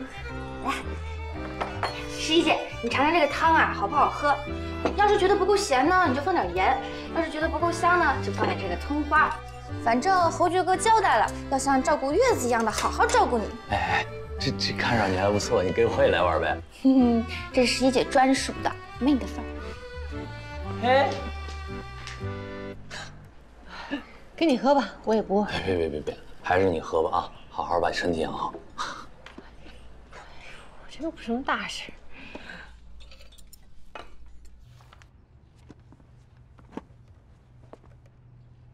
哎，把那床直接搬对面那屋啊，咱把双人间变家庭房，还能涨价。怎么样，满意吗？这床搬走了，空间倒是大了不少。但是我呀，我这边我缺一张桌子，我在办公啊，对吧？还缺。一会儿咱们去那个嘉裕城看一看。嘉什么巨城？哪来的钱？创业阶段能省则省，这我得给你严格把关啊。没事，回头我把我后厨那门板子给你稍微加工加工，给拿过来啊。大哥，我做设计，我拿门板子我切猪肉啊。哎呀，你放心吧，那个挺艺术的，弄完特别符合你那个设计师的 feel。行，那把我之前给你那个椅子拿回来给我。要不然我把我那椅子给你吧，我那椅子特别舒服。不用，我要我的就行。哎，那个跟我很多年了，我直接送给你了，好吧？我要我的那个。你那已经不在了。什么叫不在了？就是不在了。哪儿去了？它大概变成了50斤猪肉、60斤鸡蛋，还有很多盘炒饭。你给我卖了是吧？哎呀，这个你这椅子做的白瞎那么多钱，你都变成一个椅子卖，我自己不会，我用你卖。行了，想想别的啊，什么衣服什么还有吗？得换换了啊。没有。那怎么办？把你们脱下来给我。哎，哎呀，咱俩这身形不一样，这个钱不能省啊！走，哥带你消费去。椅子能给我卖了？以后啊，你这个消费水平这方式啊都得改。今天呢，我先带你适应适应，买东西只能来这儿买。一会儿呢，我不说话，我看你怎么那个讲价，好不好？给我展示一下，一会儿。这边。看看袜子没？这袜子怎么卖啊？3块。哎，来了你。还在。这个我哥们儿想挑2双袜子。展示吧。你这个多少钱一双？3块钱一双。3块钱一双。你给我10块钱，我来3双吧。哎，行。你傻呀？10元3双，人家3元1双。啊，那个4双。行。起来吧。20，10双，8双。别，咱这关系9双。8双，哎呀不要。掏钱。什么叫8双？我让他聊10双。你闭嘴吧，败家孩子，给钱。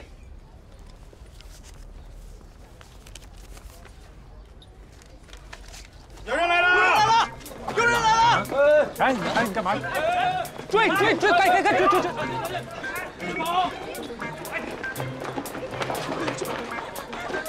别追了！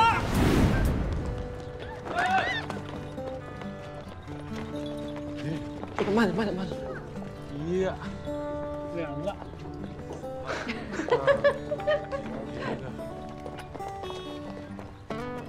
几双啊？10双，占2双。败家孩子懂事了啊，出息了。挺好。很好，非常好。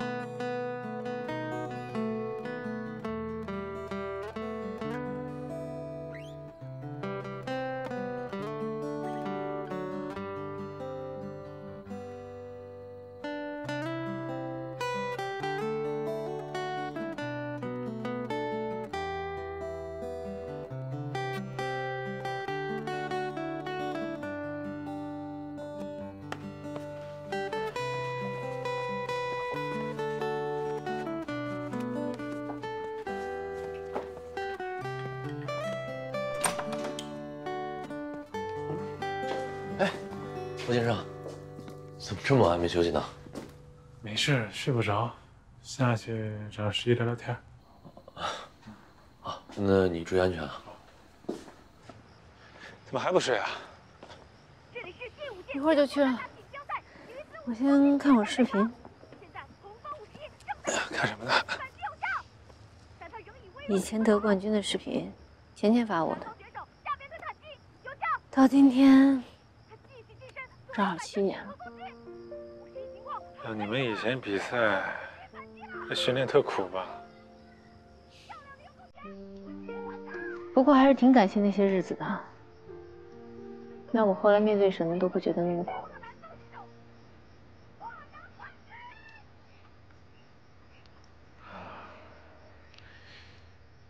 其实我最近一直想找你聊聊。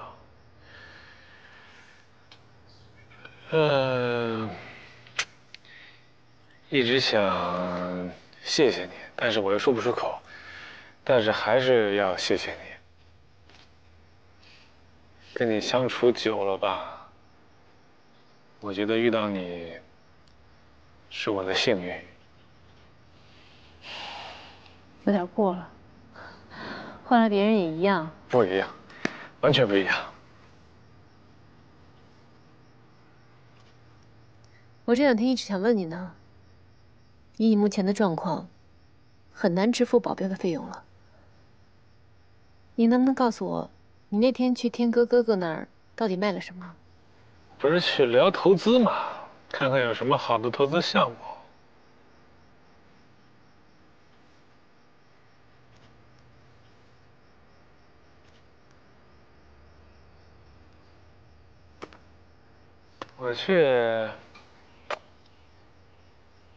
我妈不给我留块玉佩吗？我拿那个换了点钱，先周转资金，过2个月赎回来。你妈给你的玉佩那很珍贵，你怎么能卖了呢？不是卖了，我算是抵押在那儿，然后她先给我拿一部分钱，我先用，然后我会赎回来的。行吧，在你赎回玉佩之前，你不需要付我任何保镖的费用。那不行，我没再跟你商量，这是我履行合约的先决条件。你靠这个生活的嘛，这个就这么定了，晚安，早点睡啊。我是不会不付你保镖费的，你是肯定会收的，你一定得收。你不收，不会收的，我也得给。我不管，反正我得给你。再来说，我可能付不起保镖费吗？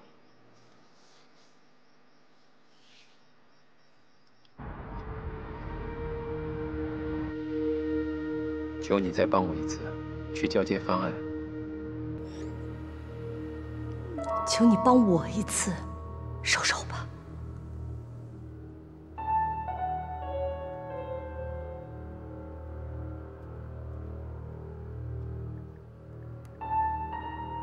你是我唯一信任的人，如果对方把方案卖给别人，咱俩更被动。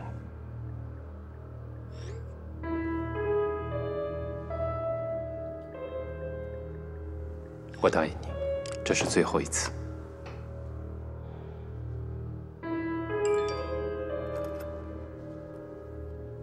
几点？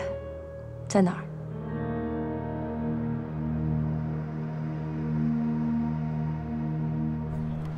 你这个再往这右边稍微调整一点。哎，好，你把它固定好啊。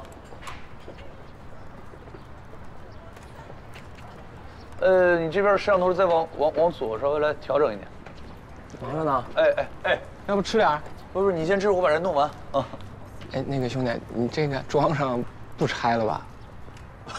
不拆了。那挺好，那挺好。哎，好，把这个固定好就行啊。哎，行，这位置挺好。告别旧的生活，步入新的生活。天哪，房子退了？退了。会不会太着急了？他让我退的。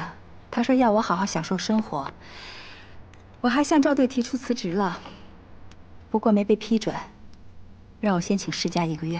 保佑，祝福。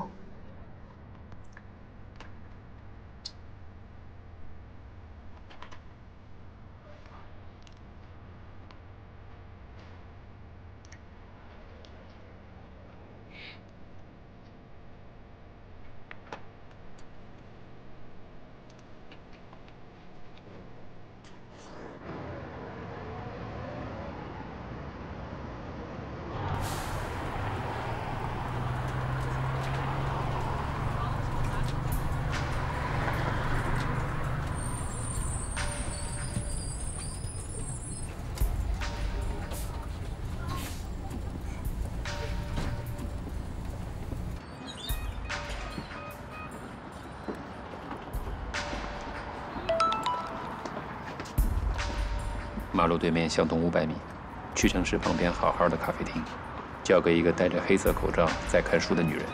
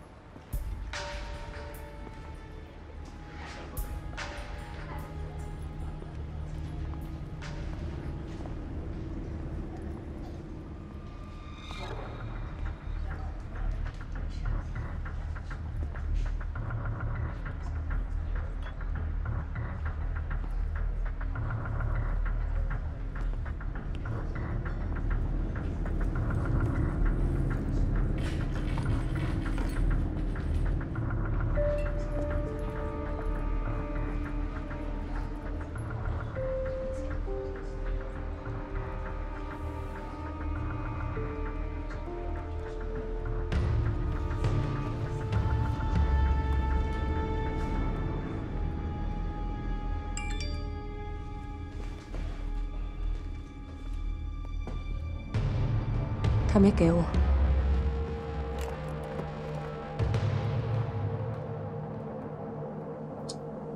你什么意思啊？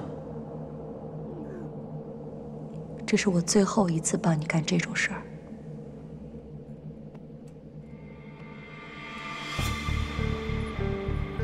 先付钱。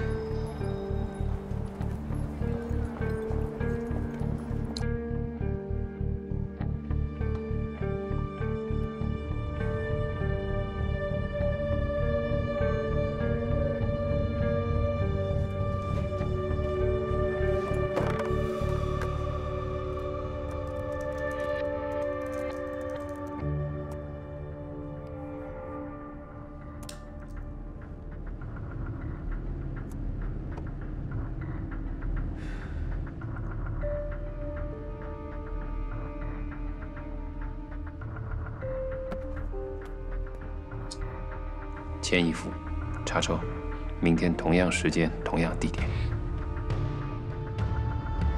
好。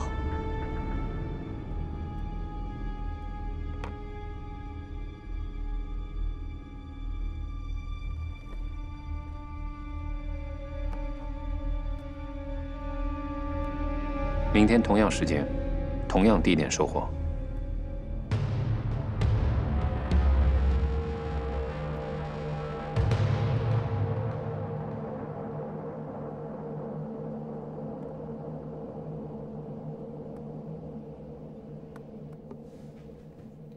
您好，您所拨打的电话已关机。Sorry, the subscriber you dialed is power off.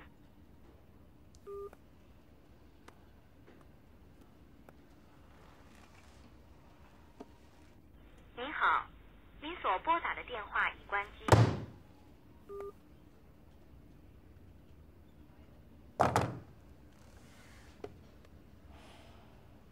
这弄一个。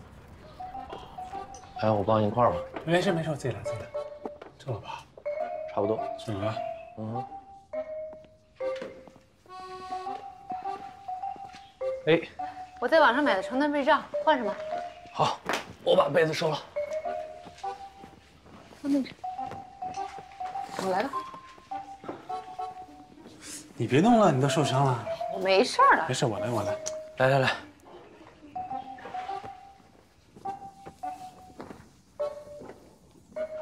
给我吧，行不行？我来。我弄。嘿。OK。哎呀，行了，你别弄了啊，慢慢收拾，以后买个大房子给你收拾。啊？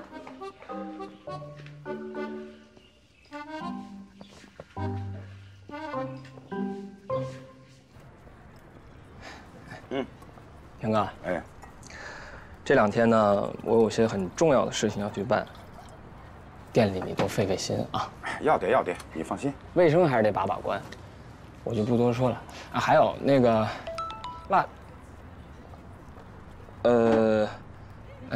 就先这样。行，那我去忙去了。好嘞。好嘞。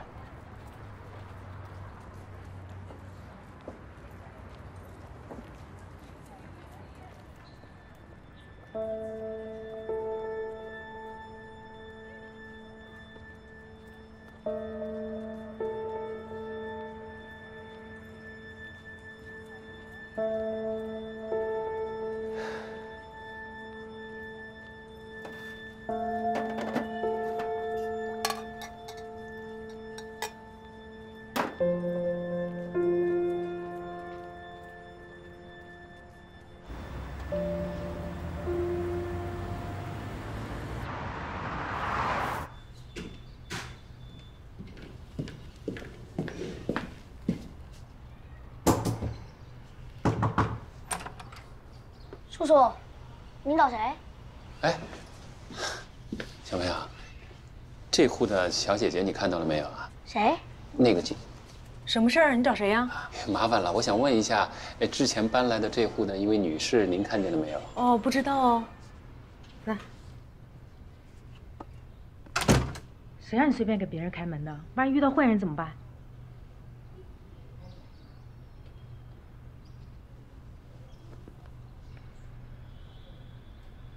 您好，您所拨打的电话已关机。Sorry,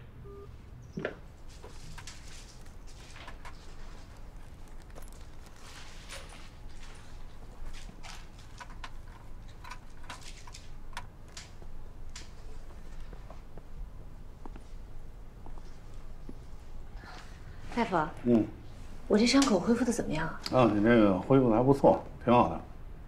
那我这纱不能拆了吗？哎呦，这可不行。我给你开点消炎药，这样能好得快一点。好吧，哎，谢谢。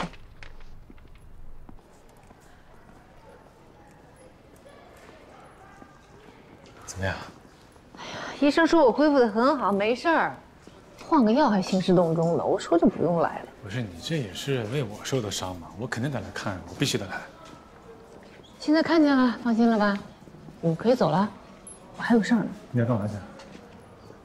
拜托，我现在不是你保镖，我能不能安排点自己的生活？安排自己生活可以，但是得在我的眼皮底下。我妈过生日，我能请个假吗？那我勉强答应吧。谢谢。同学们，今天的课我们就上到这里，下课。老师再见。走吧。今天内容还挺多的。是啊。回去还有几分钟。先回去睡会吧。喂。对，我是。什么？啊，那我马上下去。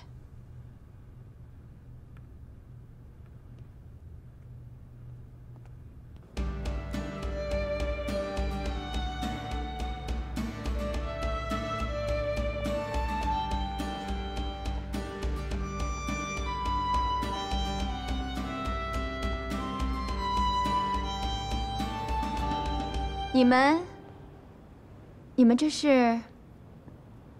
您就是世界上最美丽的阿姨张英楠啊，嘴真甜。我是张英楠，没错。请问你们是？我们是侯爵的朋友啊。美丽的阿姨，祝您生日快乐！谢谢。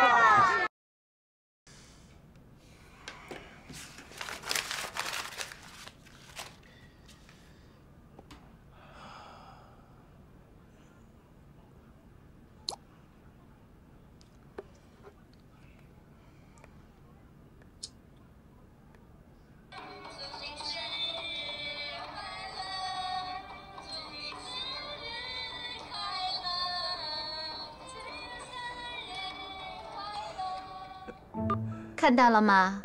小猴呢，请人给我唱歌；蓝旗呢，晚上请吃大餐。这就是竞争的好处。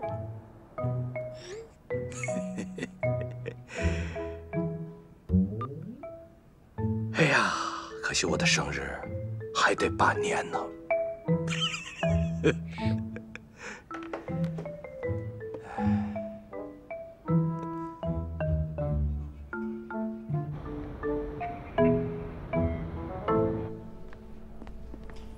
在这边，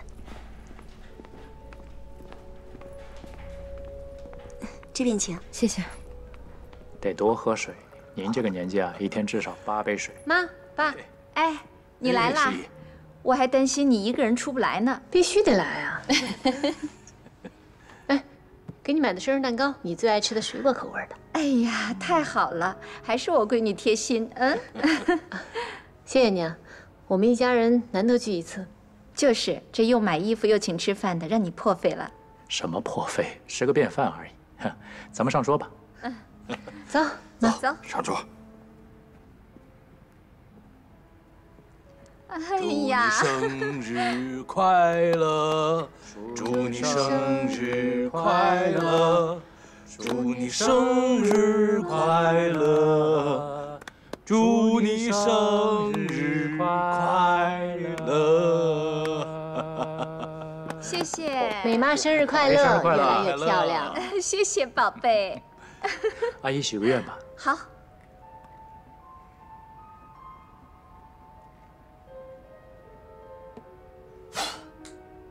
哇哦！哇，谢谢谢谢。今天我们人都到齐了，又是十姨妈的生日，这样，我朗诵一首诗，助助兴。我爸又要做诗了。你爸今天扮演诗人。别捣乱啊，认真听。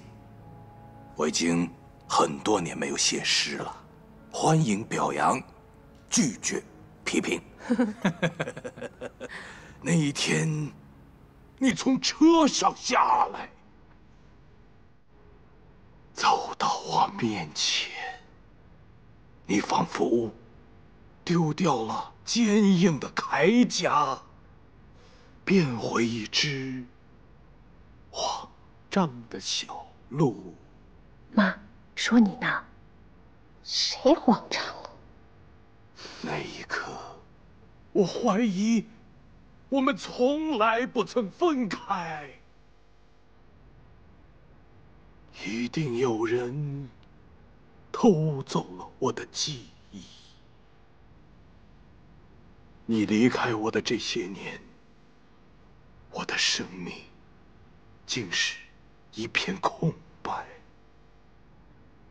余生的每一天都是你的生日，我要每天都对你说生日快乐，生日快乐。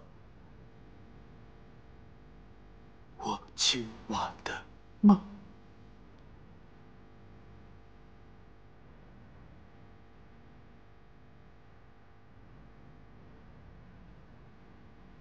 精彩！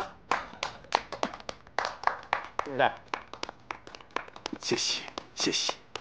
都把我说成老妖婆了，真够肉麻的。还吃不吃饭啦？咱们拍张全家福。哎，来来来，服务员，来我们拍照，来拍照拍照。到那边去拍。嗯，好。把这个蛋糕带上啊！嗯，好。哎，十一，你到这边来。我就在这儿挺好的。怎么了？没什么。受伤了是不是？没有。保护那个小猴受的伤是不是？我这都是小伤，没事儿，没事儿。小伤还能疼成这样？我跟你讲，十一，这个保镖咱们绝对不能再做了，听到了没有？保镖不能再做了。没事的，阿姨。你看人家，我绝对不能同意再干这个事情。先拍照，先拍照。你看人家等着呢，拍照拍照。那就快点拍。小姐。可以了。阿姨你坐，快坐快坐，不要着急。我跟你讲啊，十一，你以前受伤那是因为你是运动员，那是为国争光。现在算什么？啊，一命抵一命，凭什么呀？我们的命就比别人低贱吗？啊，不是，英楠啊，你别打岔。我原来就以为这个小猴他再惹事儿，他也就是小孩闹闹、打打闹闹的啊，不会怎么样。这可倒好，都受伤成这样了。跟他没关系，兰琪，阿姨拜托你了，十一，你真得帮帮他，他不能再做保镖了。我不能眼看着我自己的孩子为了别人的孩子把命丢了。这是我的工作，妈。我不管，辞职马上辞职。我怎么能辞职呢？哎，你倒是说话呀！该你说的时候你不说了，辞职说呀！你倒是。你有什么情况，你跟你妈好好说。别跟老人争执，没用的。辞职。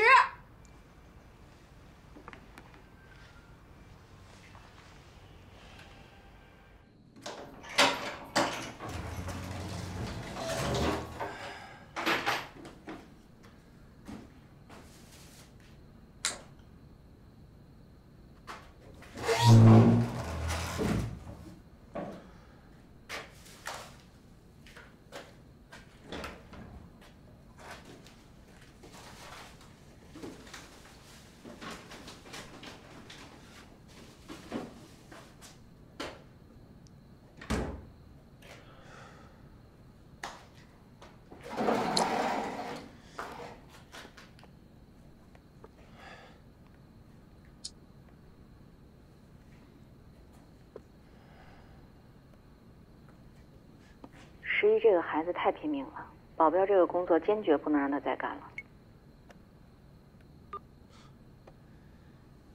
我说英楠，当时11见义勇为立功的时候，是谁骄傲的不得了？要不然挺得倍儿直，那个时候看把你嘚瑟的，上街可遇不见小偷，老想着有机会也冲锋陷阵一把。那能一样吗？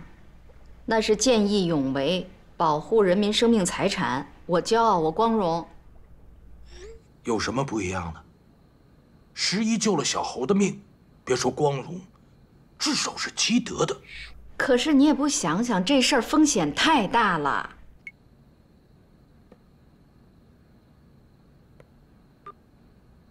我跟你说啊，要说危险，现在咱们国家做保镖是最安全的，刑事犯罪少多了。你换有些国家试试，那才叫危险呢。冷血，三观不合，不聊了。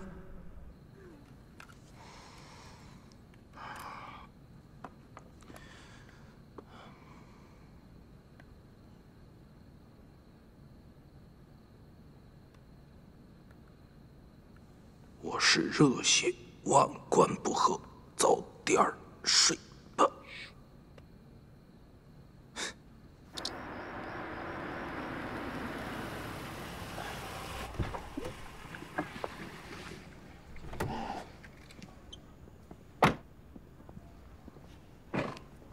谢谢啊。就出事儿？哦，对，出事儿。有没有太委屈自己啊？没有啊，这儿挺好的。客户的情况临时出了点变化，就临时住一段时间。行吧。今天阿姨生气呢，你也不要太往心里去，她也是担心。但是现在确实你说什么他们也听不进去，慢慢来吧。我需要这份工作，我也喜欢我的工作，我不会辞职的。我理解。这么多年了，你也一点没有变，还是满腔热血的。其实吧，我还挺为你骄傲的。哦，对了，那个侯爵现在的状况，先别告诉我爸妈，我怕引起不必要的麻烦。放心吧。伤口还疼吗？哦，没事了，恢复得很好。还是注意安全。慢点开。休息吧，晚安。拜拜。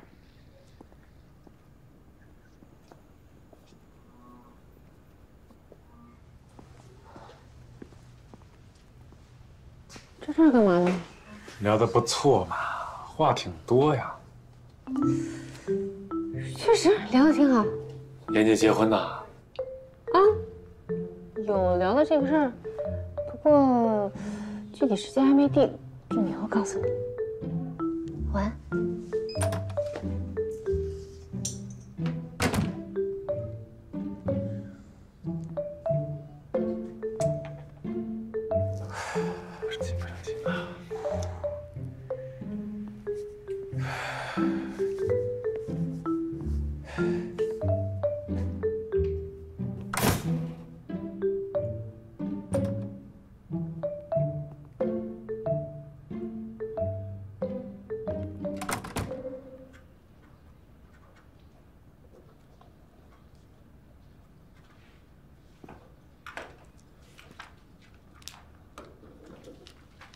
来，马总。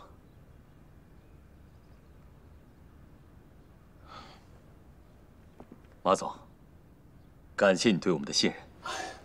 今后只要有需要，我们一定还会竭诚为您提供安保服务。谢谢赵总啊！你看你培养了那么优秀的员工，合作的又特别愉快。既然咱们这个合同解除了，那现在51就是自由身了。好。赵总，咱们赶紧签5跟11的合约。小侯总，你怎么这么急啊？那我带马总来是为什么？就是为了无缝连接嘛，马上签约。来。哎呀，小侯总，你可真是用心良苦啊！赵总，那我先告辞了。请。不送，不送。慢走。你出走了以后啊，你爸心情很差，身体也不好，这人啊，一下子就老了很多。这看着都让人心疼。其实呢，你才是他精神上唯一的寄托。有空回去看看他吧，给他点安慰，啊？行，我知道怎么办啊，放心吧。父子没有隔夜仇。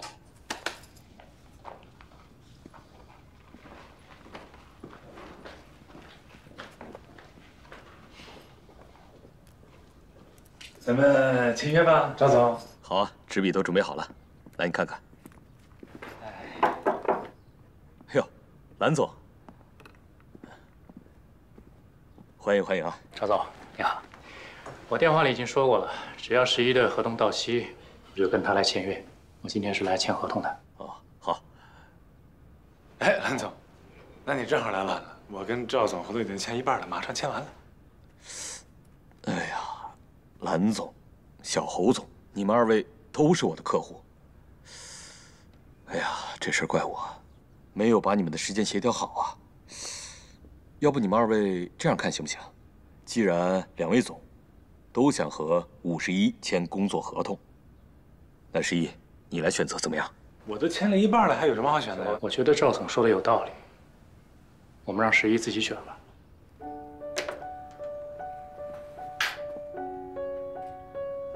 11，我们集团的度假酒店马上就要开张了，我想请您过来做安保顾问，制定安保计划，培训人员。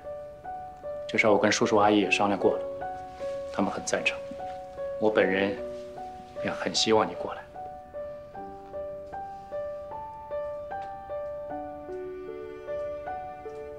我没事儿，你自己选。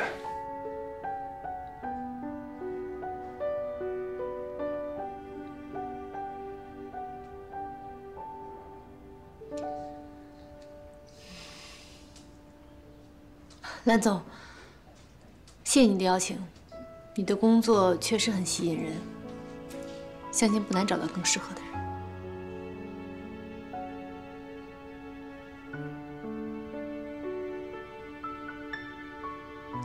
侯总，我尊重他的选择。走了，赵总。啊，我送你。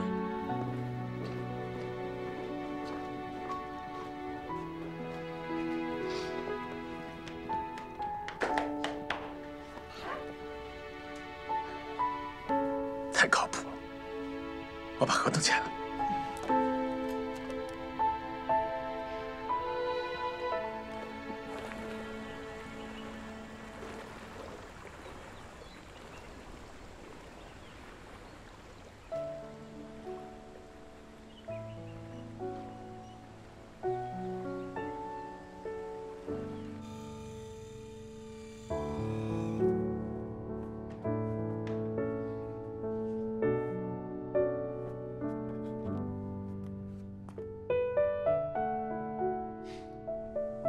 告别旧的生活，步入新的生活。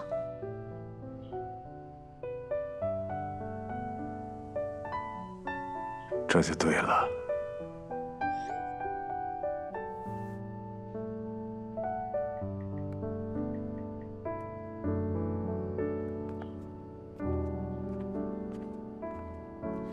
什么？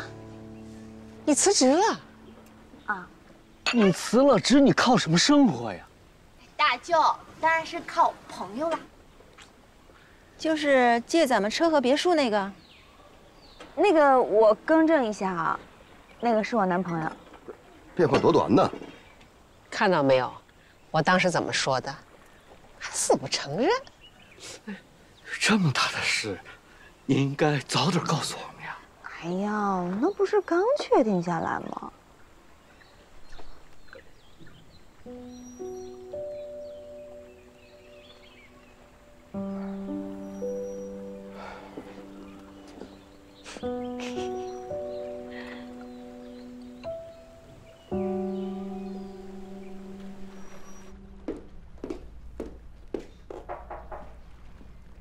进来。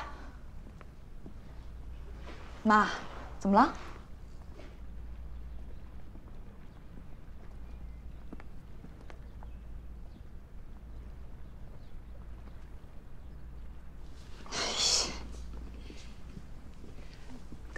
呀？这么严肃，怪瘆人的。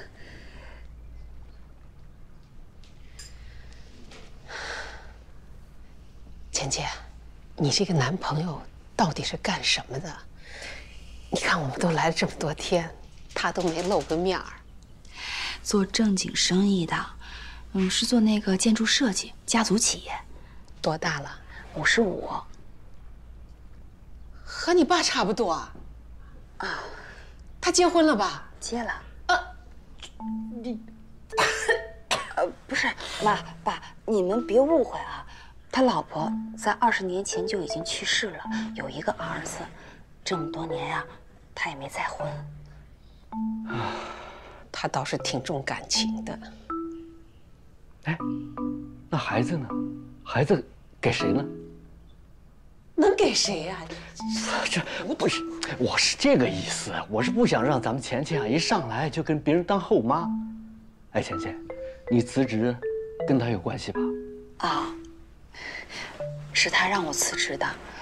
他觉得呀，我那份工作太辛苦了，想着让我享受生活。他儿子多大了？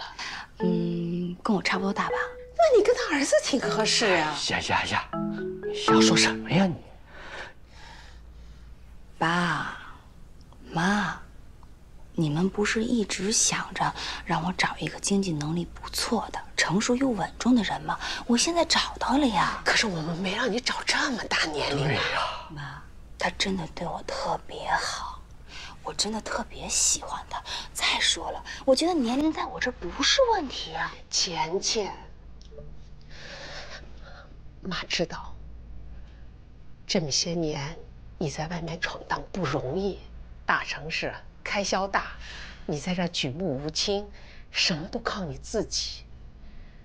我和你爸管你要了不少钱，可是我们不是为自己，我们是怕你月光族乱花，我们都替你攒着呢。真的，我们1分钱都没花，家里买的房子也是给你的啊。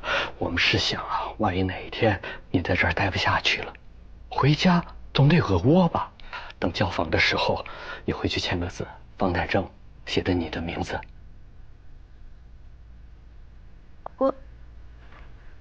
妈，那可是倩倩，你听妈说，我们是应该早告诉你，不应该让你承受这么大的经济负担。倩倩，我和你爸没有能力给你更多，我们只能替你守着。你现在成这样，我和你爸有责任。妈，你们有什么责任呀？那我现在怎么了？倩倩，不管他多大年纪，哎，我们见一面还是有必要吧？爸，你是真不了解，他特别忙，他事情倩倩，我和你爸就是想你带他，让我们见见。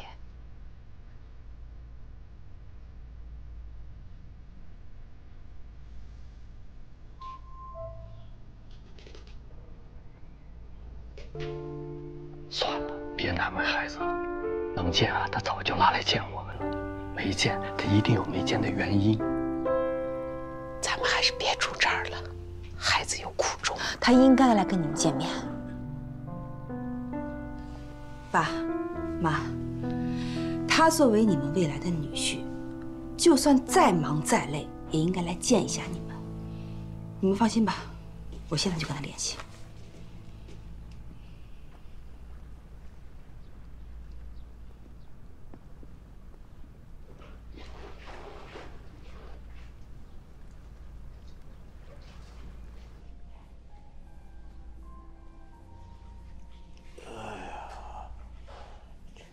稍微这儿给我按一按，对，稍微用点力。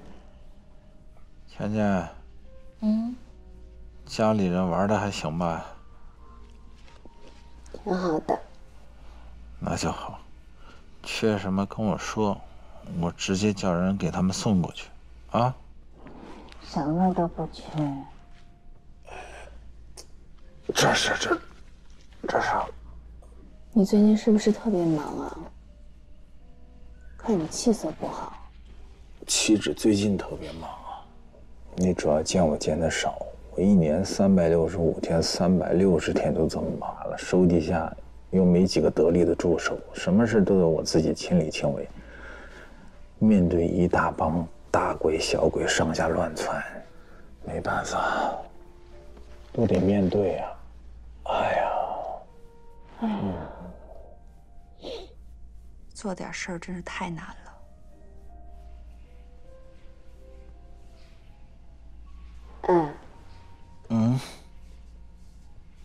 我妈说，她要给你做好吃的。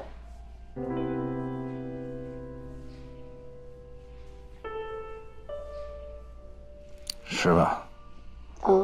你妈手艺肯定不错。我妈做饭可好吃了。你明天有时间吗？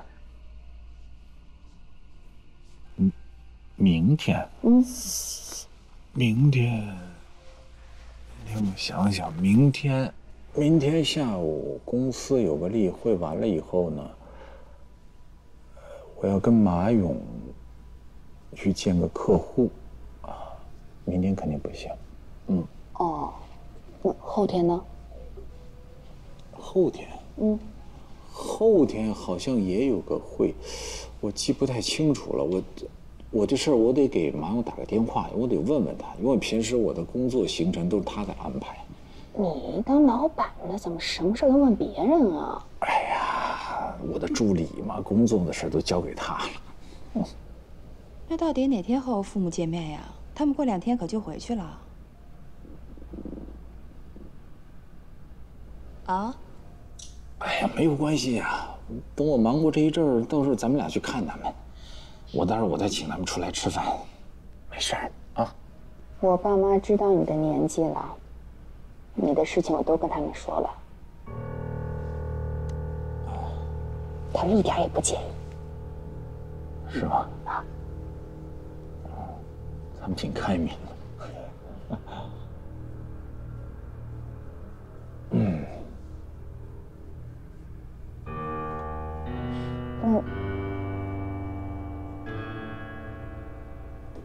你安排个时间嘛，一起吃个饭啊。吃饭的事以后再说吧，等我这事儿忙完了我再说，不着急啊。你什么意思啊？什么意思？我是不是你女朋友？是。你见不得人吗？我有什么见不得人的？那你为什么不跟我父母见面？我没说不跟你父母见面呢，我说最近事情太多，等忙完这一阵儿我去见他们呢。你要不要跟我结婚？什么？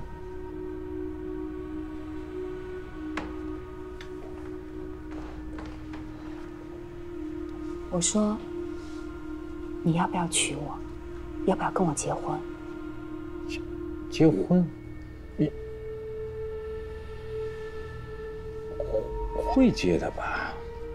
什么叫会结婚啊？你把我当什么了？你要不要跟我结婚？给我句准话。倩倩，这事儿从长计议，你知道吗？我们认识时间还，双方了解时间，我觉得还不太够。即使双方了解够了，我先表明了，我是爱你的。但是你知道我有孩子呢，侯爵很大了，我这事我还没跟侯爵商量，他到底什么态度我也不知道。我这是从长计议啊，不着急。急什么？咱们俩不是好好的吗？挺好的这样，你不觉得？你根本就没有想过要跟我结婚。我肯定想过，不着急聊这事儿，这儿都有人呢。这事咱们俩私底下再聊啊。这儿，你摁这儿。哎呀，你没事吧？哎呦，哎呀，我这腰，哎呀，他怎么揣的这么准呢？正好揣我这腰眼。哎呦！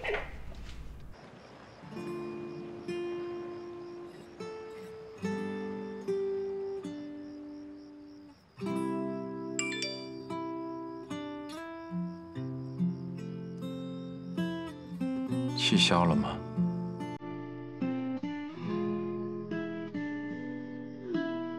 我很喜欢你，但是真的不想结婚了。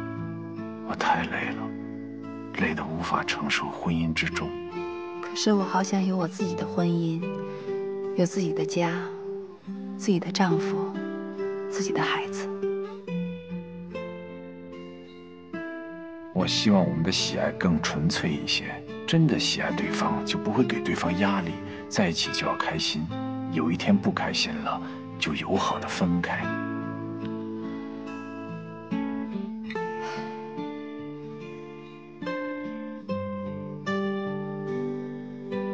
我是真的喜欢你，我会努力的做个好太太，让你感受到婚姻的美好。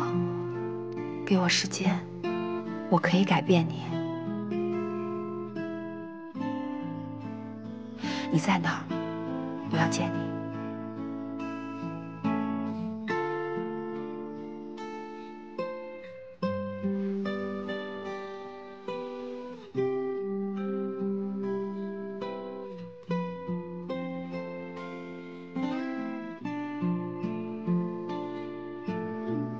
还是暂时不要见面了。叔叔阿姨在这里开销大，给我一个卡号，我打笔钱给你。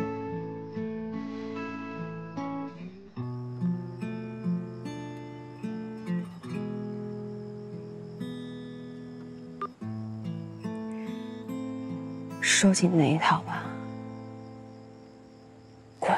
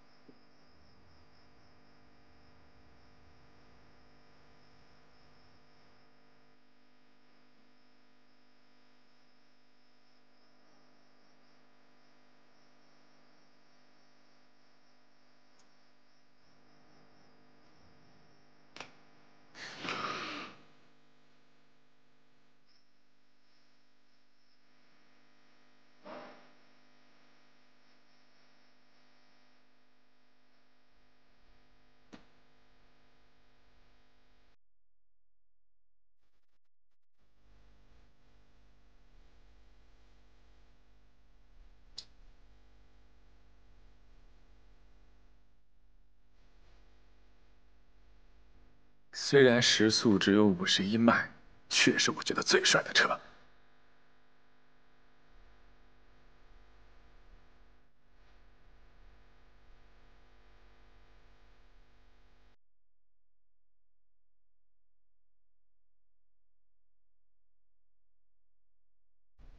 加油！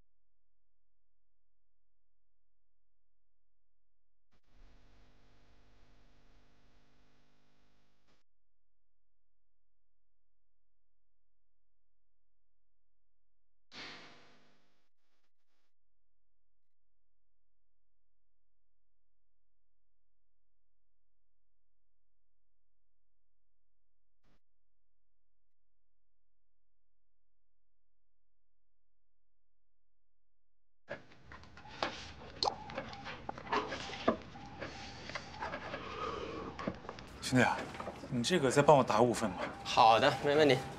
来海星饭店吧，我们最多10分钟就回去了。别人再帮我拆一下。好，谢谢。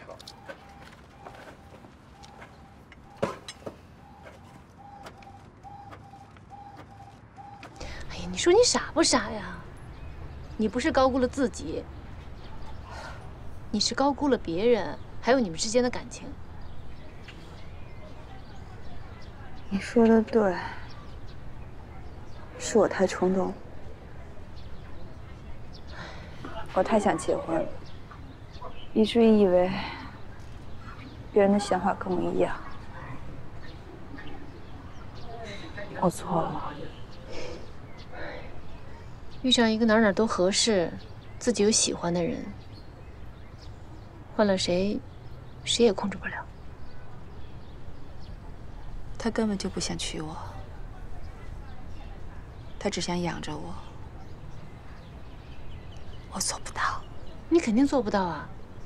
你有能力工作，有能力赚钱，有能力养活自己，干嘛用他养啊？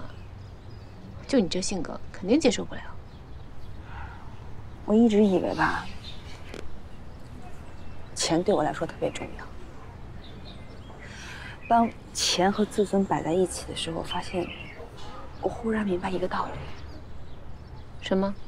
世界上没有白吃的午餐，就是你想得到的越多，你就要付出的越多，以至于付出一些你根本就不可能付出的东西。这大道理好像都明白啊，就非得撞了南墙的时候才能死心。哎，行了，你也别想太多。现在想明白了也不晚啊，还有我呢。你可别提你了。你看看咱俩吧，都这么大岁数，到现在个人问题都没解决，还欠了一屁股债，想想都愁死。乐观一点嘛。活就有一句话说的特别好，经过必经之路，才能见到该见之人。共勉。开心点儿。我心里多难受啊！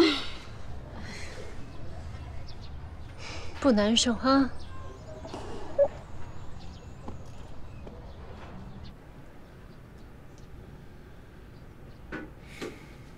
海星啊，要不你下去啊？能不别这么怂啊？看不人家时候天天要见人家，这来到楼下你又不去，你海星还海螺啊你？你能说话就说话，不说话别说话啊！你懂什么？人家现在有男朋友，我这个爱是放在心里的，保持距离，距离产生美。跟你有关系吗？人家爱放在心里，搭理你吗？我给你叫他上吧。你这芊芊，走了。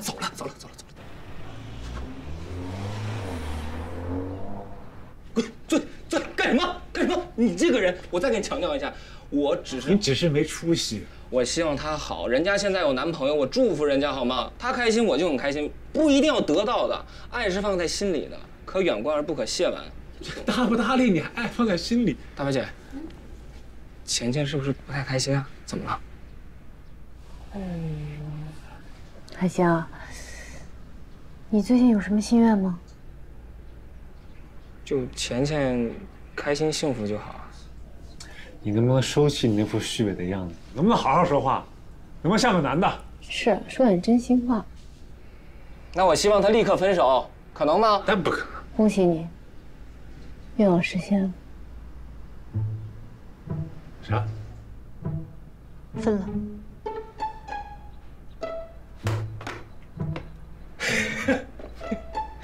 不是我不是幸灾乐祸，这事情，但是这是个好事儿，这样芊芊才能开心嘛。那个男的就是个混蛋，早该离开他了，始乱终弃了。我怎么觉得你知道那个人是谁呢？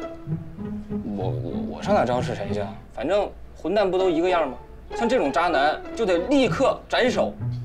不是，人家就算分手了，也没说给你机会，你那高兴什么呢？跟你有什么关系啊？趴窗户看蹦着下去那种怂样，我看你就上火，丢人。都是没出息。单身就是有机会，单身就是有机会。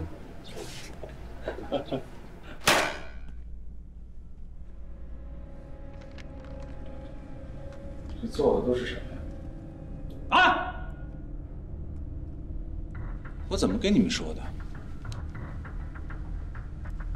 我要的是能够全面超越前两稿的设计。你们做的是什么？啊？我要的是超越，是灵魂的东西。你们这叫什么？这叫微调。微调谁不会？微调我一晚上就能做出来。你们都是干什么吃的？侯总，全面的超越一定会动到结构里的，让大家拿下去做。交上那里只有这些。目前公司现有的设计师里，结构能力强的没有，所以让大家去做这种国际大型项目的方案，难度太大了。我不是跟你们说过吗？公司没有人去外边找，到外边找高手回来做。我们已经找了，而且真的找了一圈了。很多人听说包小涵辞职的事情都不太愿意过来，而且什么？而且我们现在开出最优惠的条件，还不如人家现在的薪酬。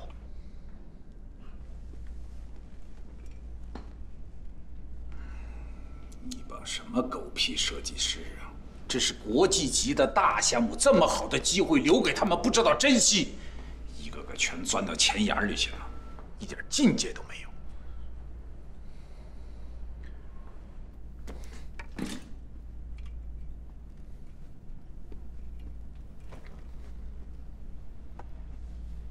那现在怎么办？总得拿个解决的办法出来吧？啊？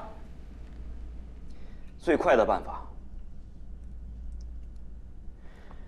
就是把包小涵和侯爵请回来，哪怕请回来一个也行。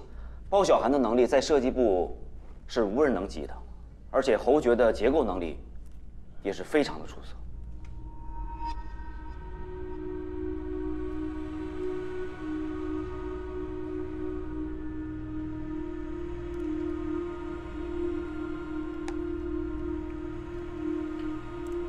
侯总，我觉得啊，最好还是把小涵给请回来。第一呢，可以立刻解决公司现在在设计上面临的问题，行之有效。第二，防止他被其他的公司给挖过去了，那样就会对我们形成更大的威胁。您说呢？